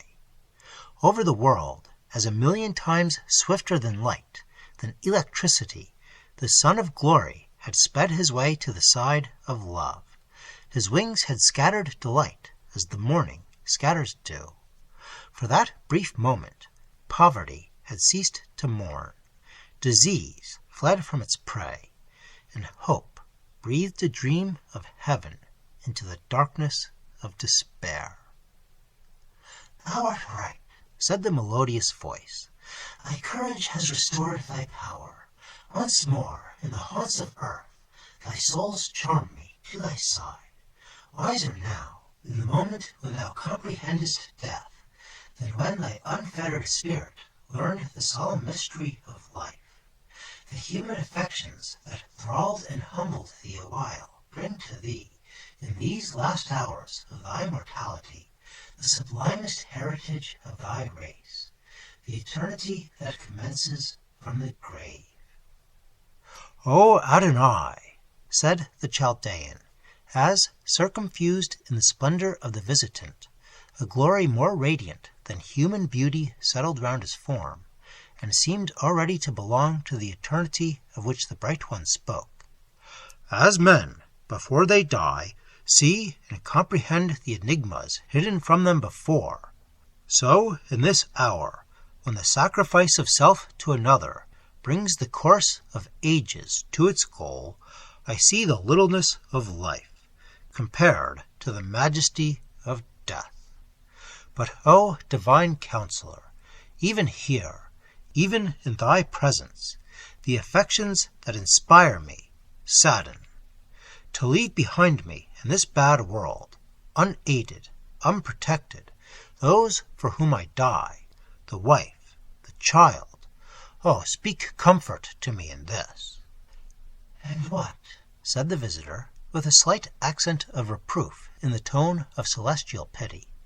"What, with all thy wisdom and thy starry secrets, with all thy empire of the past and thy visions of the future, what art thou to the all-directing and omniscient?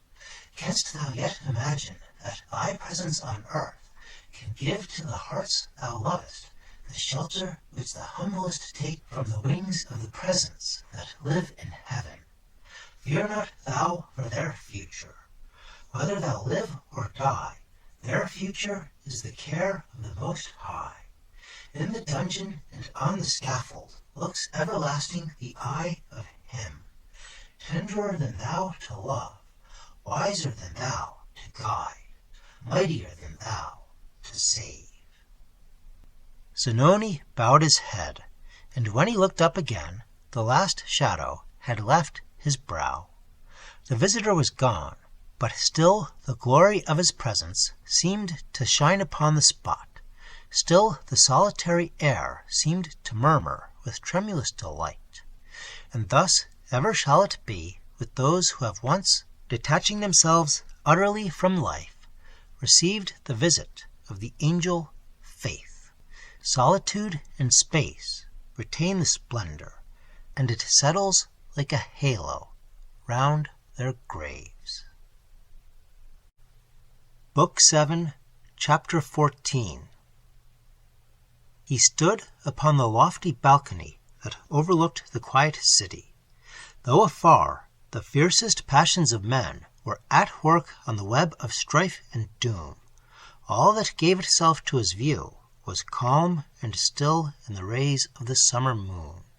For his soul was rapt from man and man's narrow sphere, and only the serener glories of creation were present to the vision of the seer. There he stood, alone and thoughtful, to take the last farewell of the wondrous life that he had known. Coursing through fields of space, he beheld the gossamer shapes, whose choral joys his spirit had so often shared. There, group upon group, they circled in the starry silence, multiform in the unimaginable beauty of a being fed by ambrosial dews and serenest light. In his trance, all the universe stretched visible beyond. In the green valleys afar, he saw the dances of the fairies.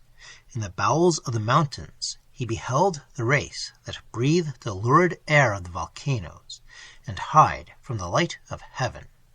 On every leaf in the numberless forests, in every drop of the unmeasured seas, he surveyed its separate and swarming world. Far up in the farthest blue, he saw orb upon orb ripening into shape, and planets starting from the central fire to run their day of 10,000 years. For everywhere in creation is the breath of the Creator, and in every spot where the breath breathes is life. And alone in the distance, the lonely man beheld his Magian brother. There, at work with his numbers and his Kabbalah, amidst the wrecks of Rome, passionless and calm, sat in his cell the mystic Mejnor, living on, living ever while the world lasts, indifferent whether his knowledge produces weal or woe, a mechanical agent of a more tender and a wiser will that guides every spring to its inscrutable designs, living on, living ever, as science that cares alone for knowledge and halts not to consider how knowledge advances happiness, how human improvement, rushing through civilization, crushes in its march all who cannot grapple to its wheels. Ever with its Kabbalah and its number, lives on to change, in its bloodless movements, the face of the habitable world. And, "Oh, farewell to life," murmured the glorious dreamer. "Sweet, O life, hast thou been to me. How fathomless thy joys, how rapturously has my soul bounded forth upon the upward paths." To him who forever renews his youth in the clear fount of nature, how exquisite is the mere happiness to be. Farewell, ye lamps of heaven, and ye million tribes, the populace of air. Not a mote in the beam, not an herb on the mountain, not a pebble on the shore, not a seed far blown into the wilderness, but contributed to the lore that sought in all the true principle of life, the beautiful, the joyous, the immortal. To others, a land, a city, a hearth has been a home. My home has been wherever the intellect could pierce, or the spirit could breathe the air. He paused, and through the immeasurable space, his eyes and his heart, penetrating the dismal dungeon, rested on his child. He saw it slumbering in the arms of the pale mother, and his soul spoke to the sleeping soul. "Forgive me if my desire was sin. I dreamed to have reared and nurtured thee to the divinest destinies my visions could foresee. Betimes, as the mortal part was strengthened against disease, to have purified the spiritual from every sin, to have led thee, heaven upon heaven, through the holy ecstasies which make up the existence of the orders that dwell on high, to have formed from thy sublime affections the pure and ever-living communication between thy mother and myself. The dream was but a dream. It is no more. In sight myself of the grave, I feel at last that through the portals of the grave lies the true initiation into the holy and the wise. Beyond those portals I await ye both, beloved pilgrims." From his numbers and his Kabbalah, in his cell, amidst the wrecks of Rome, Mejnor, startled, looked up, and through the spirit felt that the spirit of his distant friend addressed him. "Fare thee well forever upon this earth. Thy last companion forsakes thy side. Thine age survives the youth of all, and the final day shall find thee still the contemplator of our tombs. I go with my free will into the land of darkness, but new suns and systems blaze around us from the grave.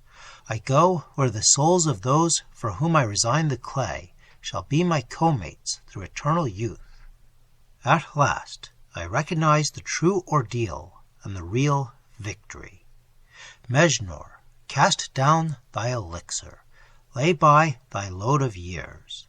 Wherever the soul can wander, the eternal soul of all things protects it still. Book 7, Chapter 15. It was late that night, and René François Dumas, president of the Revolutionary Tribunal, had re-entered his cabinet on his return from the Jacobin Club. With him were two men who might be said to represent the one the moral, the other the physical force of the Reign of Terror. Fouquet-Tinville, the public accuser, and François Henriot, the general of the Parisian National Guard. This formidable triumvirate were assembled to debate on the proceedings of the next day, and the three sister witches over their hellish cauldron were scarcely animated by a more fiend-like spirit, or engaged in more execrable designs than these three heroes of the Revolution in their premeditated massacre of the morrow. Dumas was but little altered in appearance since, in the earlier part of this narrative, he was presented to the reader, except that his manner was somewhat more short and severe, and his eye yet more restless. But he seemed almost a superior being by the side of his associates. René Dumas, born of respectable parents and well educated, despite his ferocity, was not without a certain refinement, which perhaps rendered him the more acceptable to the precise and formal Robespierre. But Henriot had been a lackey, a thief, a spy of the police. He had drunk the blood of Madame de Lamballe, and had risen to his present rank for no quality but his ruffianism. And Fouquet-Tinville, the son of a provincial agriculturalist, and afterwards a clerk at the bureau of the police, was little less base in his manners, and yet more, from a certain loathsome buffoonery, revolting in his speech. Bull-headed, with black, sleek hair, with a narrow and livid forehead, with small eyes that twinkled with a sinister malice. Strongly and coarsely built, he looked what he was, the audacious bully of a lawless and relentless bar. Dumas trimmed the candles and bent over the list of the victims for the morrow. "It is a long catalogue," said the president, 80 trials for one day, and Robespierre's orders to despatch the whole fournée are unequivocal. "Pooh!" said Fouquet, with a coarse, loud laugh. "We must try them en masse. I know how to deal with our jury. Je pense, citoyen, que vous êtes convaincu du crime des accusés." "Ha ha! The longer the list, the shorter the work." "Oh yes," growled out Henriot with an oath, as usual, half drunk, and lolling on his chair with his spurred heels on the table. "Little Tinville is the man for despatch." "Citizen Henriot," said Dumas gravely, "permit me to request thee to select another footstool, and for the rest, let me warn thee that tomorrow is a critical and important day, one that will decide the fate of France." "A fig for little France! Vive la vertu Robespierre, la colonne de la République! Plague on this talking, it is dry work. Hast thou no eau-de-vie in that little cupboard?" Dumas and Fouquet exchanged looks of disgust. Dumas shrugged his shoulders and replied, "It is to guard thee against eau-de-vie, Citizen General Henriot, that I have requested thee to meet me here. Listen, if thou canst." "Oh, talk away! Thy métier is to talk, mine to fight and to drink." "Tomorrow, I tell thee then, the populace will be abroad. All factions will be astir. It is probable enough that they will even seek to arrest our tumbrils on their way to the guillotine. Have thy men armed and ready. keep the streets clear, cut down without mercy whomsoever may obstruct the ways." "I understand," said Henriot, striking his sword so loudly that Dumas half started at the clank. "Black Henriot is no indulgent." "Look to it, then, citizen, look to it, and hark thee," he added, with a grave and sombre brow, "if thou wouldst keep thine own head on thy shoulders, beware of the eau de vie." "My own head! Sacre mille tonnerres! Dost thou threaten the general of the Parisian army?" Dumas, like Robespierre, a precise, atrabilious, and arrogant man, was about to retort, when the craftier Tonville laid his hand on his arm, and, turning to the general, said, "My dear Henriot, thy dauntless republicanism, which is too ready to give offense, must learn to take a reprimand from the representative of republican law. Seriously, mon cher, thou must be sober for the next 3 or 4 days. After the crisis is over, thou and I will drink a bottle together. Come, Dumas, relax thine austerity, and shake hands with our friend. No quarrels amongst ourselves." Dumas hesitated, and extended his hand, which the ruffian clasped, and, maudlin tears succeeding his ferocity, he half sobbed, half hiccuped forth his protestations of civicism and his promises of sobriety. "Well, we depend on thee, mon général," said Dumas. "And now, since we shall all have need of vigor for tomorrow, go home and sleep soundly." "Yes, I forgive thee, Dumas, I forgive thee. I am not vindictive, I. But still, if a man threatens me, if a man insults me—" And, with the quick changes of intoxication, again his eyes gleamed fire through their foul tears. With some difficulty Fouquet succeeded at last in soothing the brute, and leading him from the chamber. But still, as some wild beast disappointed of a prey, he growled and snarled as his heavy tread descended the stairs. A tall trooper, mounted, was leading Henriot's horse to and fro the streets, and as the general waited at the porch till his attendant turned, a stranger stationed by the wall accosted him. "General Henriot, I have desired to speak with thee.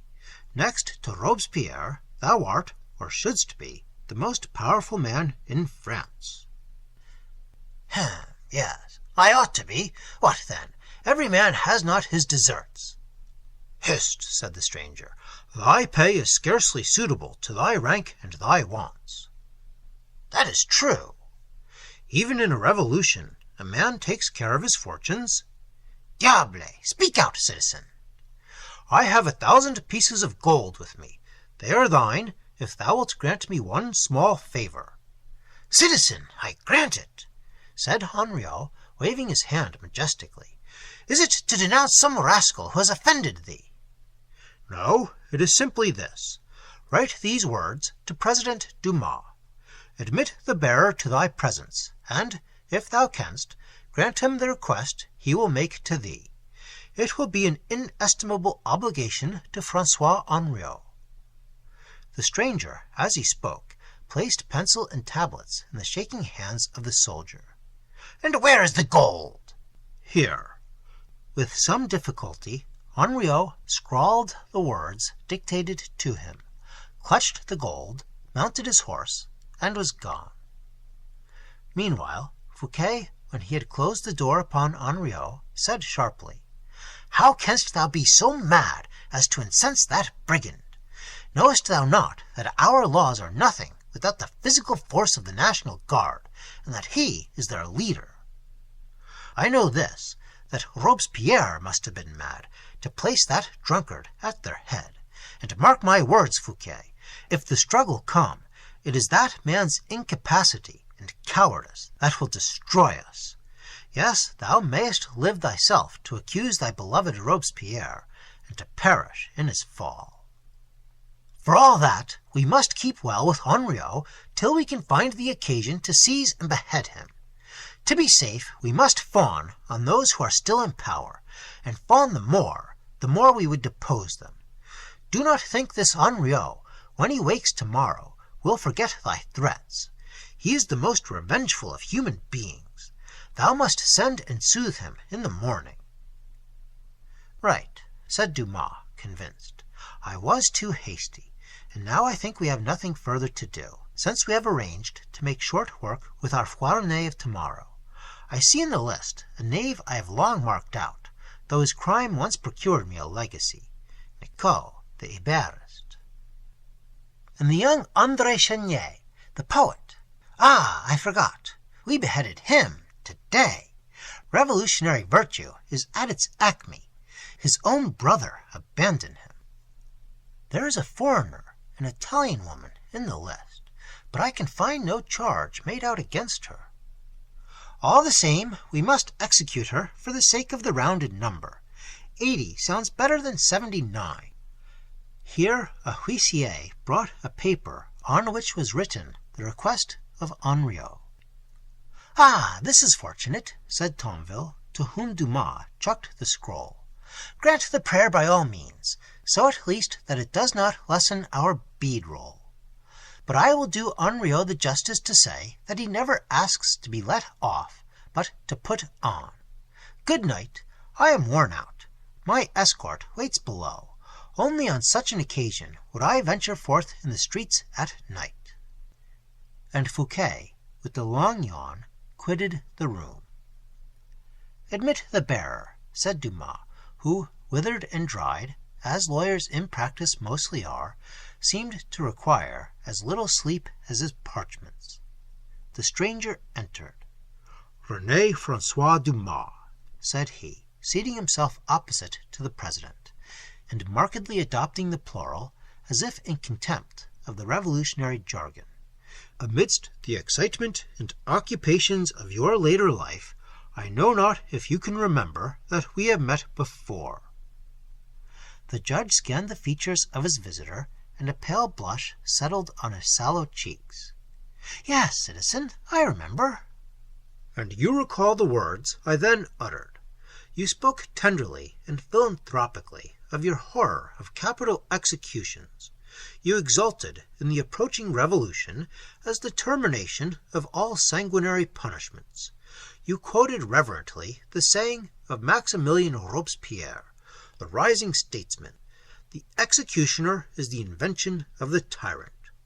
And I replied that while you spoke, a foreboding seized me that we should meet again when your ideas of death and the philosophy of revolutions might be changed. Was I right, citizen René Francois Dumas, president of the Revolutionary Tribunal?" "Pooh," said Dumas, with some confusion on his brazen brow. "I spoke then as men speak who have not acted. Revolutions are not made with rose-water. But truce to the gossip of long ago. I remember, also, that thou didst then save the life of my relation, and it will please thee to learn that his intended murderer will be guillotined tomorrow." "That concerns yourself, your justice, or your revenge. Permit me the egotism to remind you that you then promised that if ever a day should come when you could serve me, your life, yes, the phrase was, your heart's blood, was at my bidding. Think not, austere judge, that I come to ask a boon that can affect yourself. I come but to ask a day's respite for another." "Citizen, it is impossible.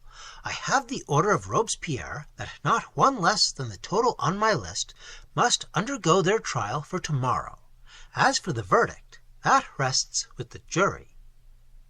"I do not ask you to diminish the catalogue. Listen still. In your death roll there is the name of an Italian woman, whose youth, whose beauty, and whose freedom, not only from every crime, but every tangible charge, will excite only compassion and not terror. Even you would tremble to pronounce her sentence.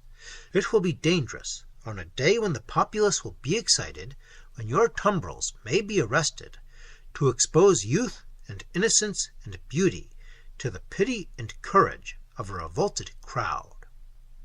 Dumas looked up and shrunk from the eye of the stranger.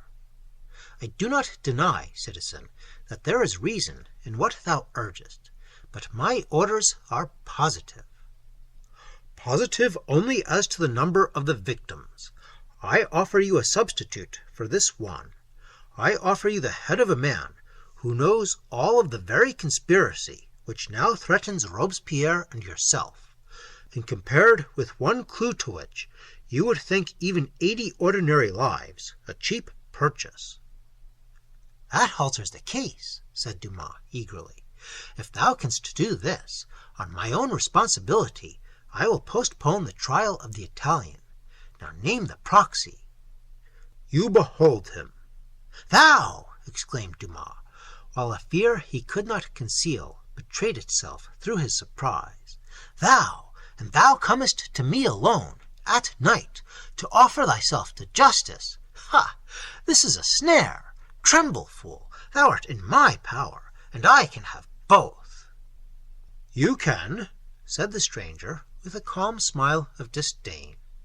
"But my life is valueless without my revelations. Sit still, I command you. Hear me." And the light in those dauntless eyes spellbound and awed the judge. "You will remove me to the conciergerie. You will fix my trial under the name of Zanoni, amidst your Fournay of tomorrow. If I do not satisfy you by my speech, you hold the woman I die to save as your hostage. It is but the reprieve for her of a single day that I demand. The day following the morrow I shall be dust, and you may wreak your vengeance on the life that remains.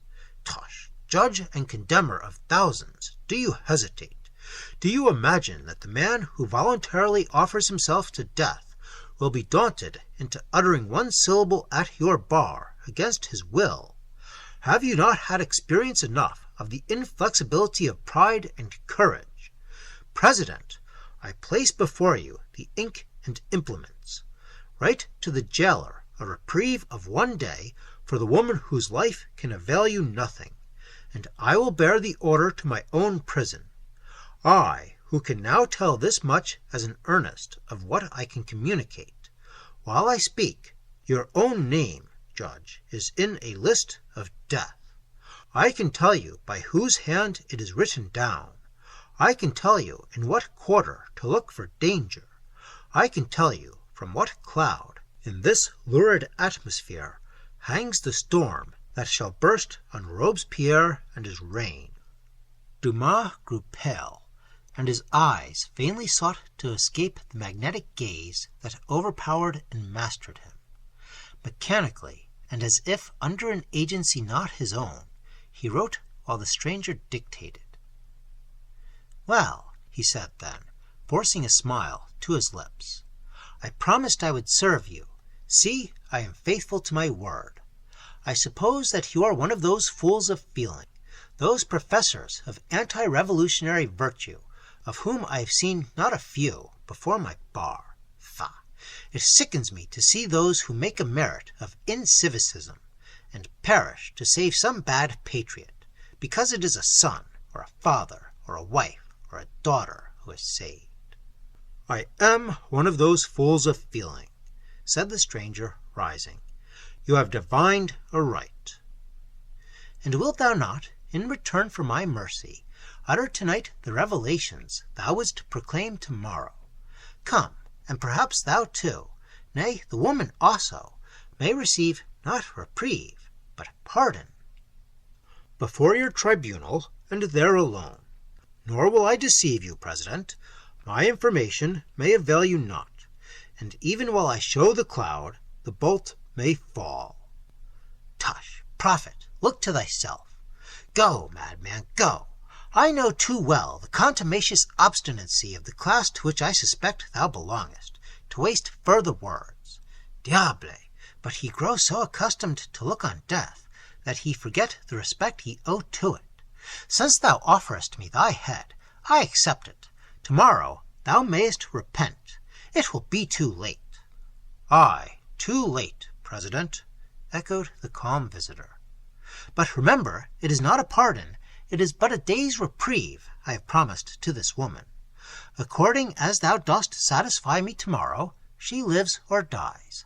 I am frank, citizen, thy ghost shall not haunt me for want of faith." "It is but a day that I have asked. The rest I leave to justice and to heaven. Il huissier wait below. Book 7, Chapter 16.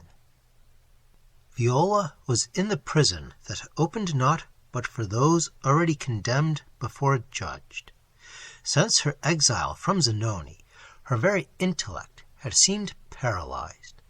All that beautiful exuberance of fancy which, if not the fruit of genius, seemed its blossoms, all that gush of exquisite thought which Zanoni had justly told her flowed with mysteries and subtleties ever new to him, the wise one, all were gone, annihilated. The blossom withered, the fount dried up. From something almost above womanhood, she seemed listlessly to sink into something below childhood. With the inspirer, the inspirations had ceased, and in deserting love, genius also was left behind. She scarcely comprehended why she had been thus torn from her home and the mechanism of her dull tasks. She scarcely knew what meant those kindly groups that, struck with her exceeding loveliness, had gathered round her in the prison with mournful looks, but with words of comfort. She, who had hitherto been taught to abhor those whom the law condemns for crime, was amazed to hear that beings thus compassionate and tender, with cloudless and lofty brows, with gallant and gentle mien, were criminals for whom law had no punishment short of death. But they, the savages, gaunt and menacing, who had dragged her from her home, who had attempted to snatch from her the infant while she clasped it in her arms, and laughed fierce scorn at her mute quivering lips, they were the chosen citizens, the men of virtue, the favorites of power, the ministers of law. Such thy black caprices, O thou, the ever-shifting and calumnious human judgment. A squalid and yet a gay world did the prison-houses of that day present. There, as in the sepulchre to which they led, all ranks were cast with an even-handed scorn. And yet there, the reverence that comes from great emotions restored nature's first and imperishable and most lovely and most noble law, the inequality between man and man. There place was given by the prisoners, whether royalists or sans-culottes, to age, to learning, to renown, to beauty, and strength, with its own inborn chivalry, raised into rank the helpless and the weak.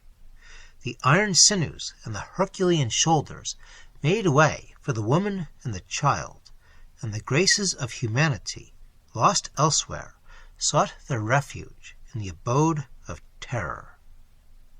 "And wherefore, my child, do they bring thee hither?" asked an old gray-haired priest. "I cannot guess." "Ah, if you know not your offense, fear the worst." "And my child?" For the infant was still suffered to rest upon her bosom. "Alas, young mother, they will suffer thy child to live." "And for this, an orphan in the dungeon," murmured the accusing heart of Viola, "have I reserved his offspring. Zanoni, even in thought, ask not what I have done with the child I bore thee." Night came. The crowd rushed to the grate to hear the muster roll.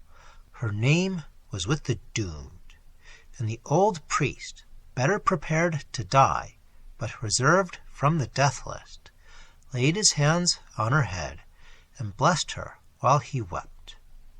She heard and wondered, but she did not weep. With downcast eyes, with arms folded on her bosom, she bent submissively to the call. But now another name was uttered, and a man, who had pushed rudely past her to gaze or to listen, shrieked out a howl of despair and rage. She turned, and their eyes met. Through the distance of time, she recognized that hideous aspect. Nicot's face settled back into its devilish sneer. "At last, gentle Neapolitan, the guillotine will unite us. Oh, we shall sleep well our wedding night." And with a laugh he strode away through the crowd and vanished into his lair. She was placed in her gloomy cell to await the morrow, but the child was still spared her, and she thought it seemed as if conscious of the awful present. In their way to the prison it had not moaned or wept. It had looked with its clear eyes, unshrinking, on the gleaming pikes and savage brows of the huissier, and now, alone in the dungeon, it put its arms round her neck, and murmured its indistinct sounds, low and sweet as some unknown language of consolation and of heaven. And of heaven it was, for at the murmur the terror melted away from her soul, upward from the dungeon and the death, upward where the happy cherubim chant the mercy of the all-loving, whispered that cherub's voice. She fell upon her knees and prayed. The despoilers of all that beautifies and hallows life had desecrated the altar and denied the God. They had removed from the last hour of their victims the priest, the scripture, and the cross. But faith builds in the dungeon and the lazar house its sublimest shrines, and up through roofs of stone that shut out the eye of heaven ascended the ladder where the angels glide to and fro, prayer. And there, in the very cell beside her own, the atheist Nicot sits stolid amidst the darkness, and hugs the thought of Danton that death is nothingness. His no spectacle of an appalled and perturbed conscience. Remorse is the echo of a lost virtue, and virtue he never knew. Had he to live again, he would live the same. But more terrible than the deathbed of a believing and despairing sinner, that blank gloom of apathy, that contemplation of the worm and the rat of the charnel house, that grim and loathsome nothingness which, for his eye, falls like a pall over the universe of life. Still staring into space, gnawing his livid lip, he looks upon the darkness, convinced that darkness is for ever and for ever. Place there, place, room yet in your crowded cells, another has come to the slaughter-house. As the jailer, lamp in hand, ushered in the stranger, the latter touched him and whispered. The stranger drew a jewel from his finger. Diantre, how the jewel flashed in the ray of the lamp! Value each head of your 80 at 1,000 francs, and the jewel is more worth than all. The jailer paused, and the diamond laughed in his dazzled eyes. O thou Cerberus, thou hast mastered all else that seems human in that fell employ. Thou hast no pity, no love, and no remorse. But avarice survives the rest, and the foul heart's master serpent swallows up the tribe. Ha ha, crafty stranger, thou hast conquered. They tread the gloomy corridor.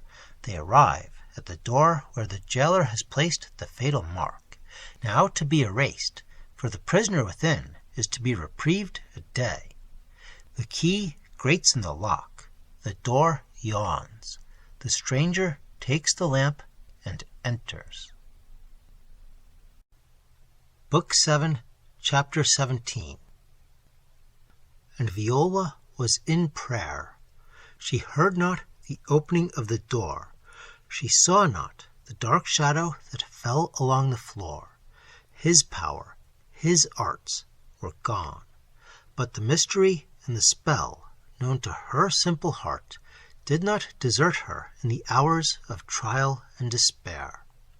When science falls as a firework from the sky it would invade, when genius withers as a flower in the breath of the icy charnel, the hope of a childlike soul wraps the air in light, and the innocence of unquestioning belief covers the grave with blossoms. In the farthest corner of the cell she knelt, and the infant, as if to imitate what it could not comprehend, bent its little limbs and bowed its smiling face, and knelt with her also by her side. He stood and gazed upon them as the light of the lamp fell calmly on their forms. It fell over those clouds of golden hair, disheveled, parted, thrown back from the rapt candid brow, the dark eyes raised on high, where, through the human tears, a light as from above was mirrored. The hands clasped, the lips apart, the form all animate and holy with the sad serenity of innocence and the touching humility of woman. And he heard her voice, though it scarcely left her lips, the low voice that the heart speaks, loud enough for God to hear. And if never more to see him, O Father, canst thou not make the love that will not die, minister, even beyond the grave, to his earthly fate? Canst thou not yet permit it, as a living spirit, to hover over him, a spirit fairer than all his science can conjure? O, whatever lot be ordained to either, grant, even though 1,000 ages may roll between us, grant, when at last purified and regenerate, and fitted for the transport of such reunion, grant that we may meet once more, and for his child, it kneels to thee from the dungeon floor, tomorrow, and whose breast shall cradle it, whose hand shall feed, whose lips shall pray for its weal below, and its soul hereafter. She paused, her voice choked with sobs. Thou, Viola, thou thyself, he whom thou hast deserted is here to preserve the mother to the child. She started, those accents tremulous as her own. She started to her feet. He was there, in all the pride of his unwaning youth and superhuman beauty, there, in the house of dread and in the hour of travail, there, image and personation of the love that can pierce the valley of the shadow, and can glide, the unscathed wanderer from the heaven, through the roaring abyss of hell. With a cry never perhaps heard before in that gloomy vault, a cry of delight and rapture, she sprang forward and fell at his feet. He bent down to raise her, but she slid from his arms. He called her by the familiar epithets of the old endearment, and she only answered him by sobs. Wildly, passionately, she kissed his hands, the hem of his garment, but her voice was gone. Look up, I am here to save thee. Wilt thou deny me thy sweet face? Truant, wouldst thou fly me still? Fly thee, she said at last, and in a broken voice. Oh, if my thoughts wronged thee, oh, if my dream, that awful dream, deceived, kneel down with me, and pray for our child. Then, springing to her feet with a sudden impulse, she caught up the infant, and, placing it in his arms, sobbed forth with deprecating and humble tones. Not for my sake, not for mine, did I abandon thee, but— Hush, said Zanoni. I know all the thoughts that thy confused and struggling senses can scarcely analyze themselves, and see how, with a look, thy child answers them. And in truth, the face of that strange infant seemed radiant with its silent and unfathomable joy. It seemed as if it recognized the Father. It clung, it forced itself to his breast, and there, nestling, turned its bright, clear eyes upon Viola and smiled. Pray for my child, said Zanoni mournfully.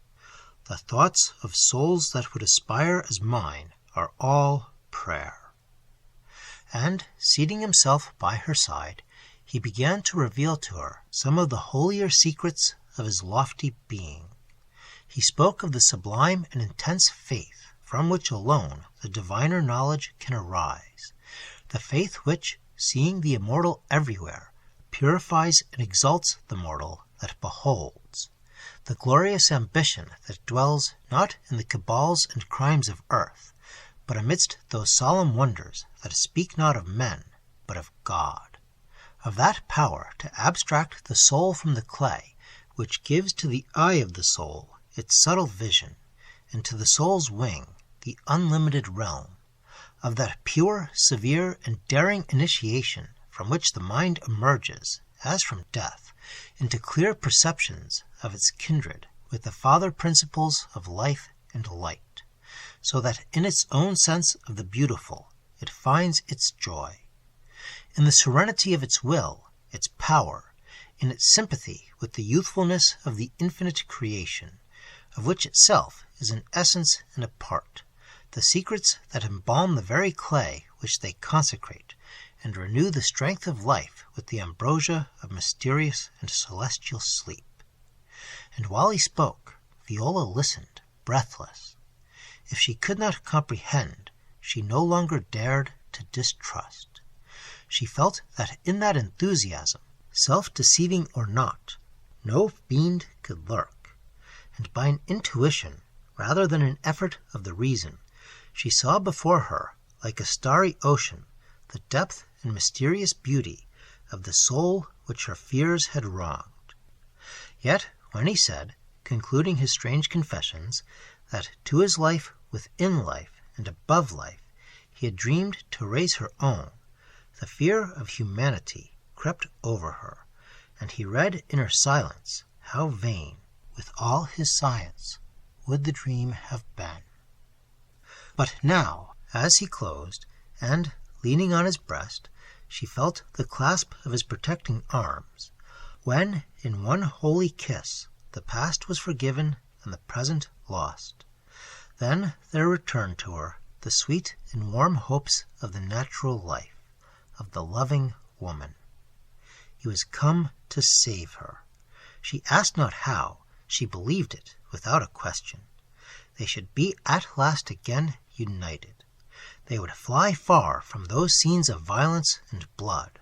Their happy Ionian isle, their fearless solitudes, would once more receive them.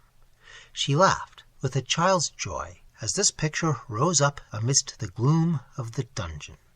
Her mind, faithful to its sweet, simple instincts, refused to receive the lofty images that flitted confusedly by it, and settled back to its human visions, yet more baseless, of the earthly happiness and the tranquil home.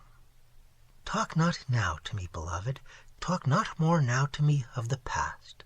Thou art here, thou wilt save me. We shall live yet the common happy life.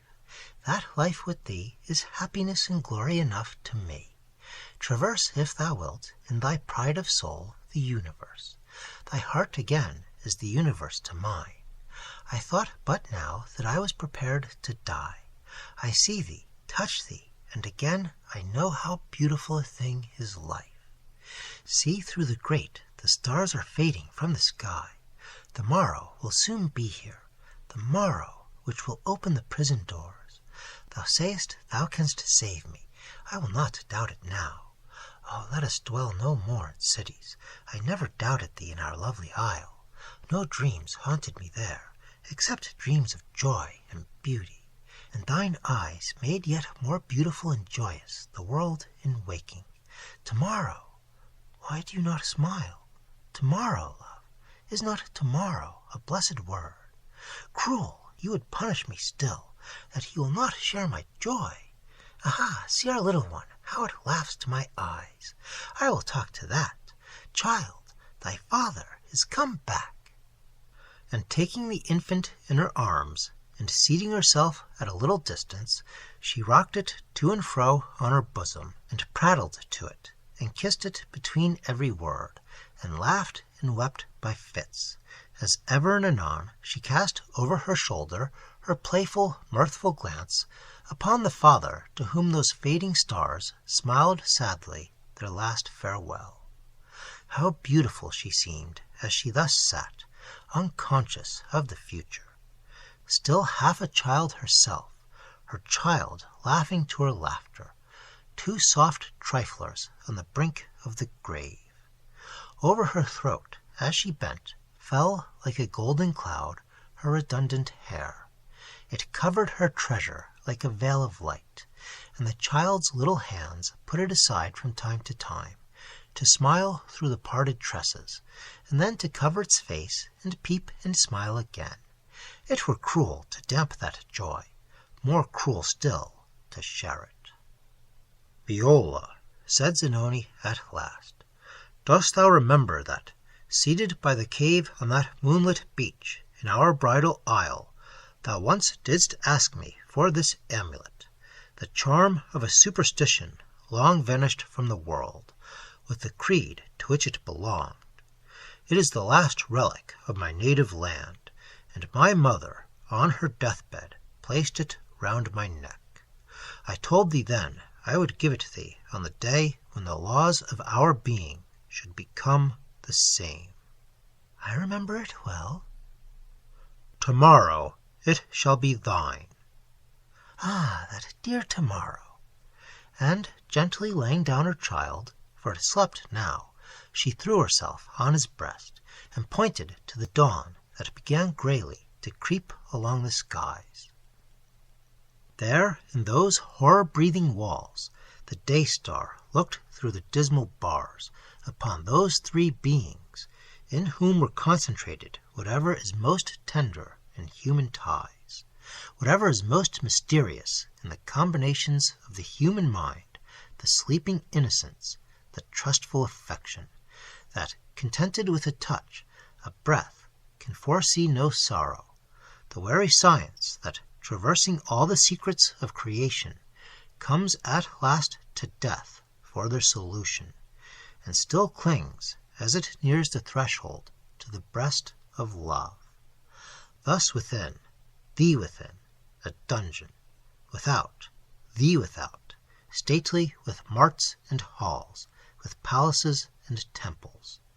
Revenge and terror, at their dark schemes and counter-schemes, to and fro, upon the tide of the shifting passions, reeled the destinies of men and nations, and hard at hand that day-star, waning into space, looked with impartial eye on the church-tower and the guillotine. Up springs the blithesome morn. In yon gardens the birds renew their familiar song. The fishes are sporting through the freshening waters of the Seine. The gladness of divine nature, the roar and dissonance of mortal life, awake again. The trader unbars his windows. The flower-girls troop gaily to their haunts. Busy feet are tramping to the daily drudgeries that revolutions which strike down kings and kaisers leave the same Cain's heritage to the boar. The wagons groan and reel to the mart. Tyranny, up betimes, holds its pallid levee.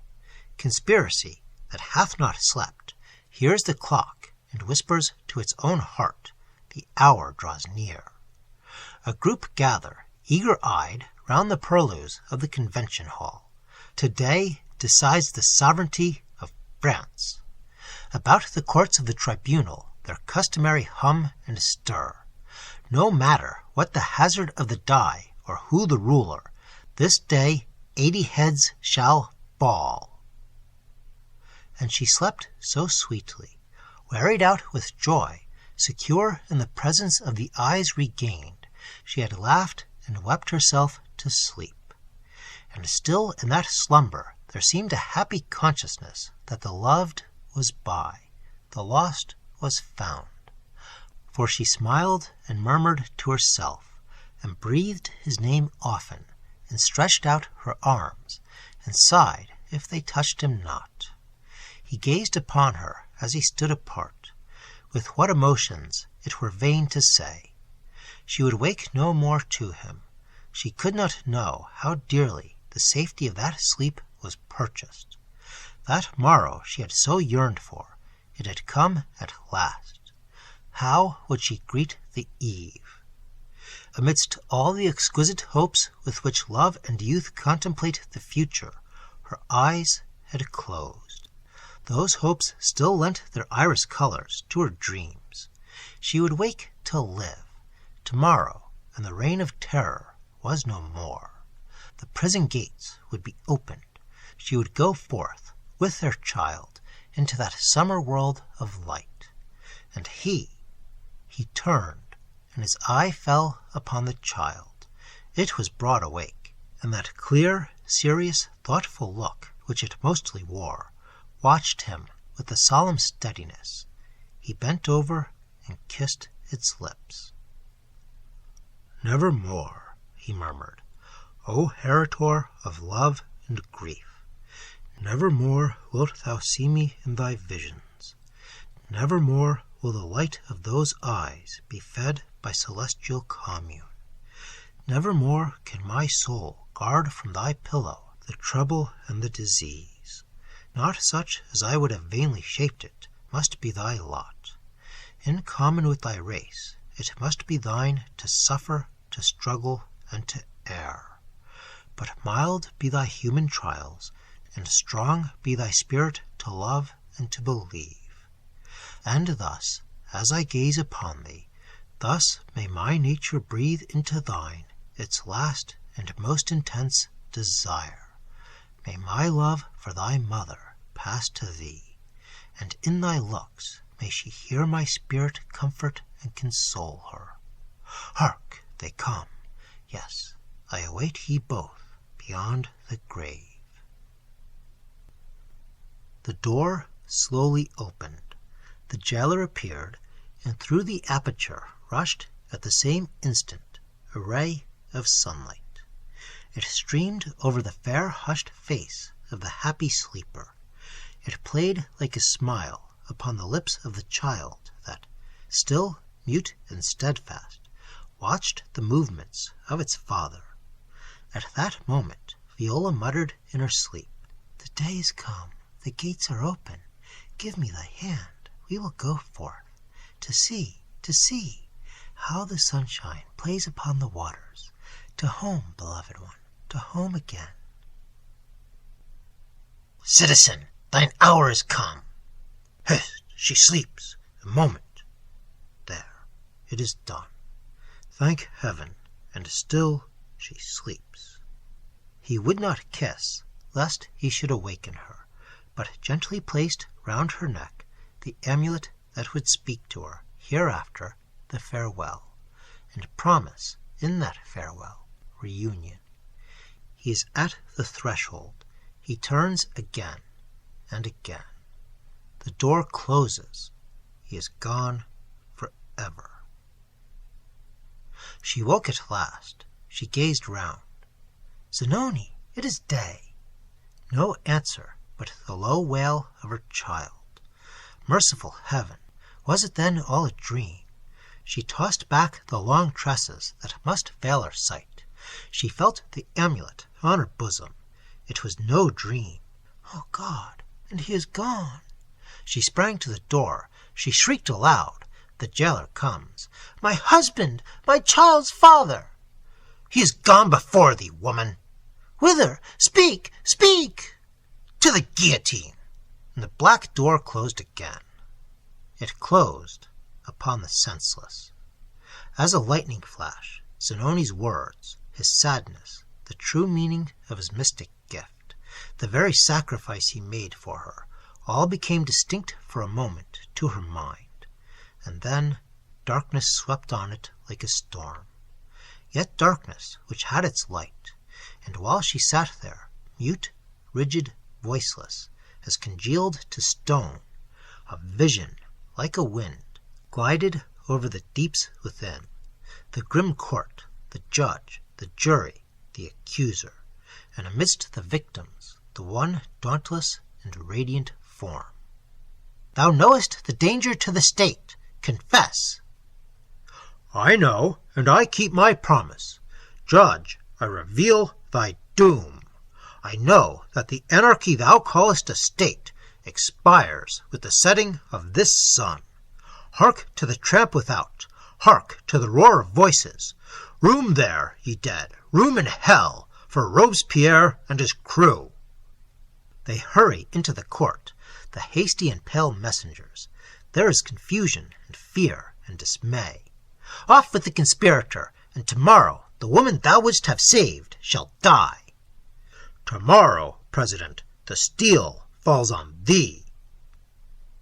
On through the crowded and roaring streets, on moves the procession of death.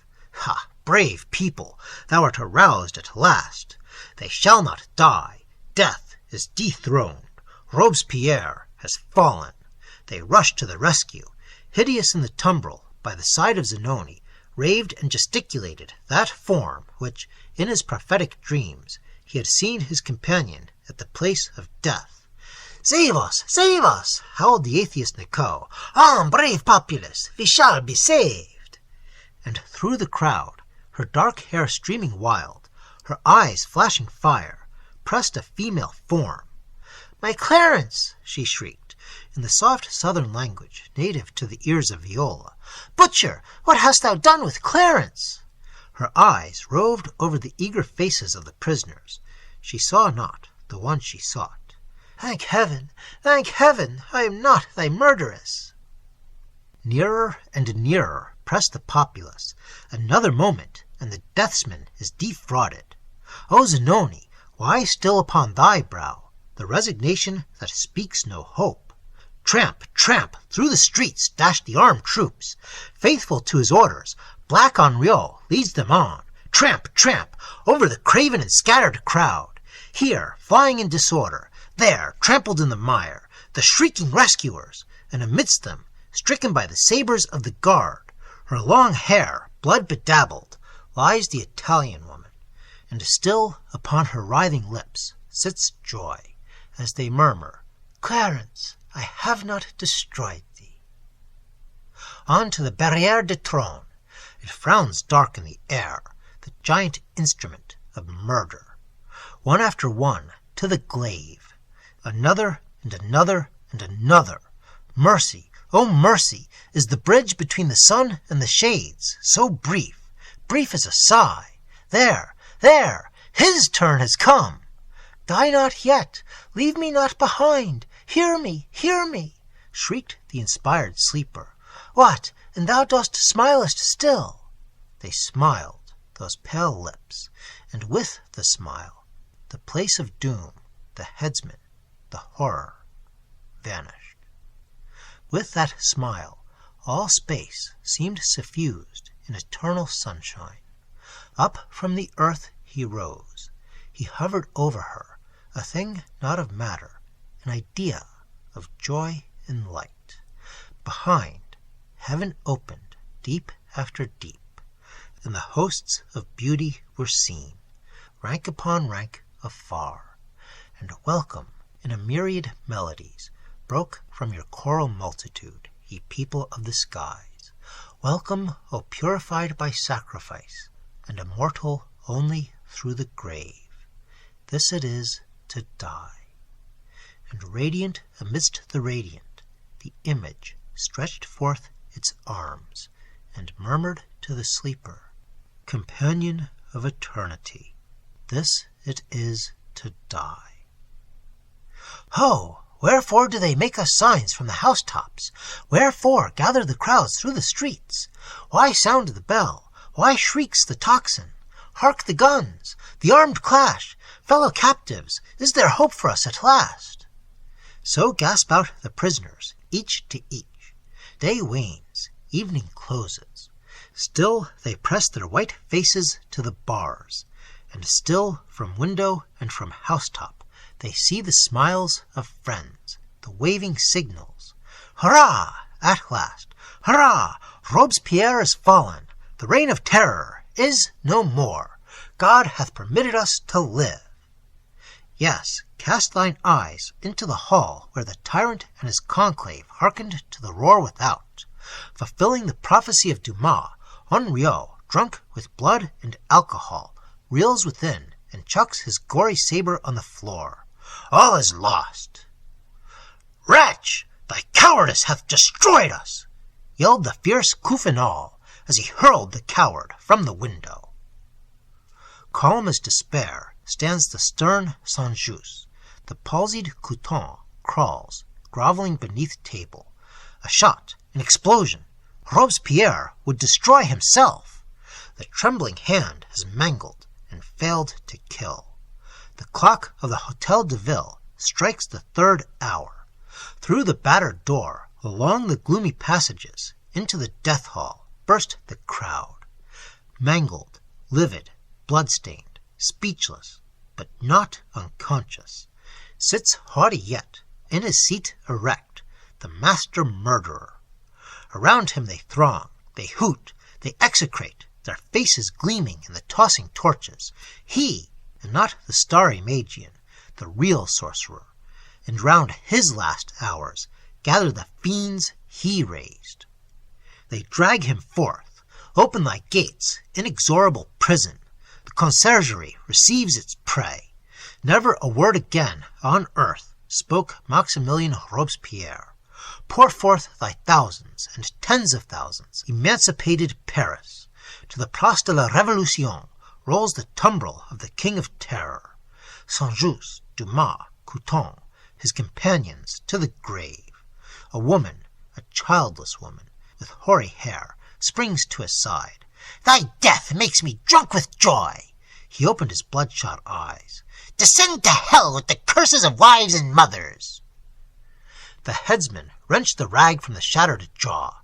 A shriek, and the crowd laugh, and the axe descends amidst the shout of the countless thousands, and blackness rushes on thy soul, Maximilien Robespierre. So ended the reign of terror. Daylight in the prison. From cell to cell they hurry with the news. Crowd upon crowd, the joyous captives mingle with the very jailers, who, for fear, would fain seem joyous too. They stream through the dens and alleys of the grim house they will shortly leave. They burst into a cell, forgotten since the previous morning. They found there a young female, sitting upon her wretched bed, her arms crossed upon her bosom, her face raised upward, the eyes unclosed, and a smile of more than serenity, of bliss, upon her lips. Even in the riot of their joy, they drew back in astonishment and awe. Never had they seen life so beautiful, and as they crept nearer, and with noiseless feet, they saw that the lips breathed not, that the repose was of marble, that the beauty and the ecstasy were of death. They gathered round in silence, and lo, at her feet there was a young infant, who, wakened by their tread, looked at them steadfastly, and with its rosy fingers played with its dead mother's robe, an orphan there in a dungeon vault. Poor one, said a female, herself a parent, and they say the father fell yesterday, and now the mother, alone in the world, what can be its fate? The infant smiled fearlessly on the crowd as the woman spoke thus, and the old priest, who stood amongst them, said gently, Woman, see, the orphan smiles. The fatherless are the care of God.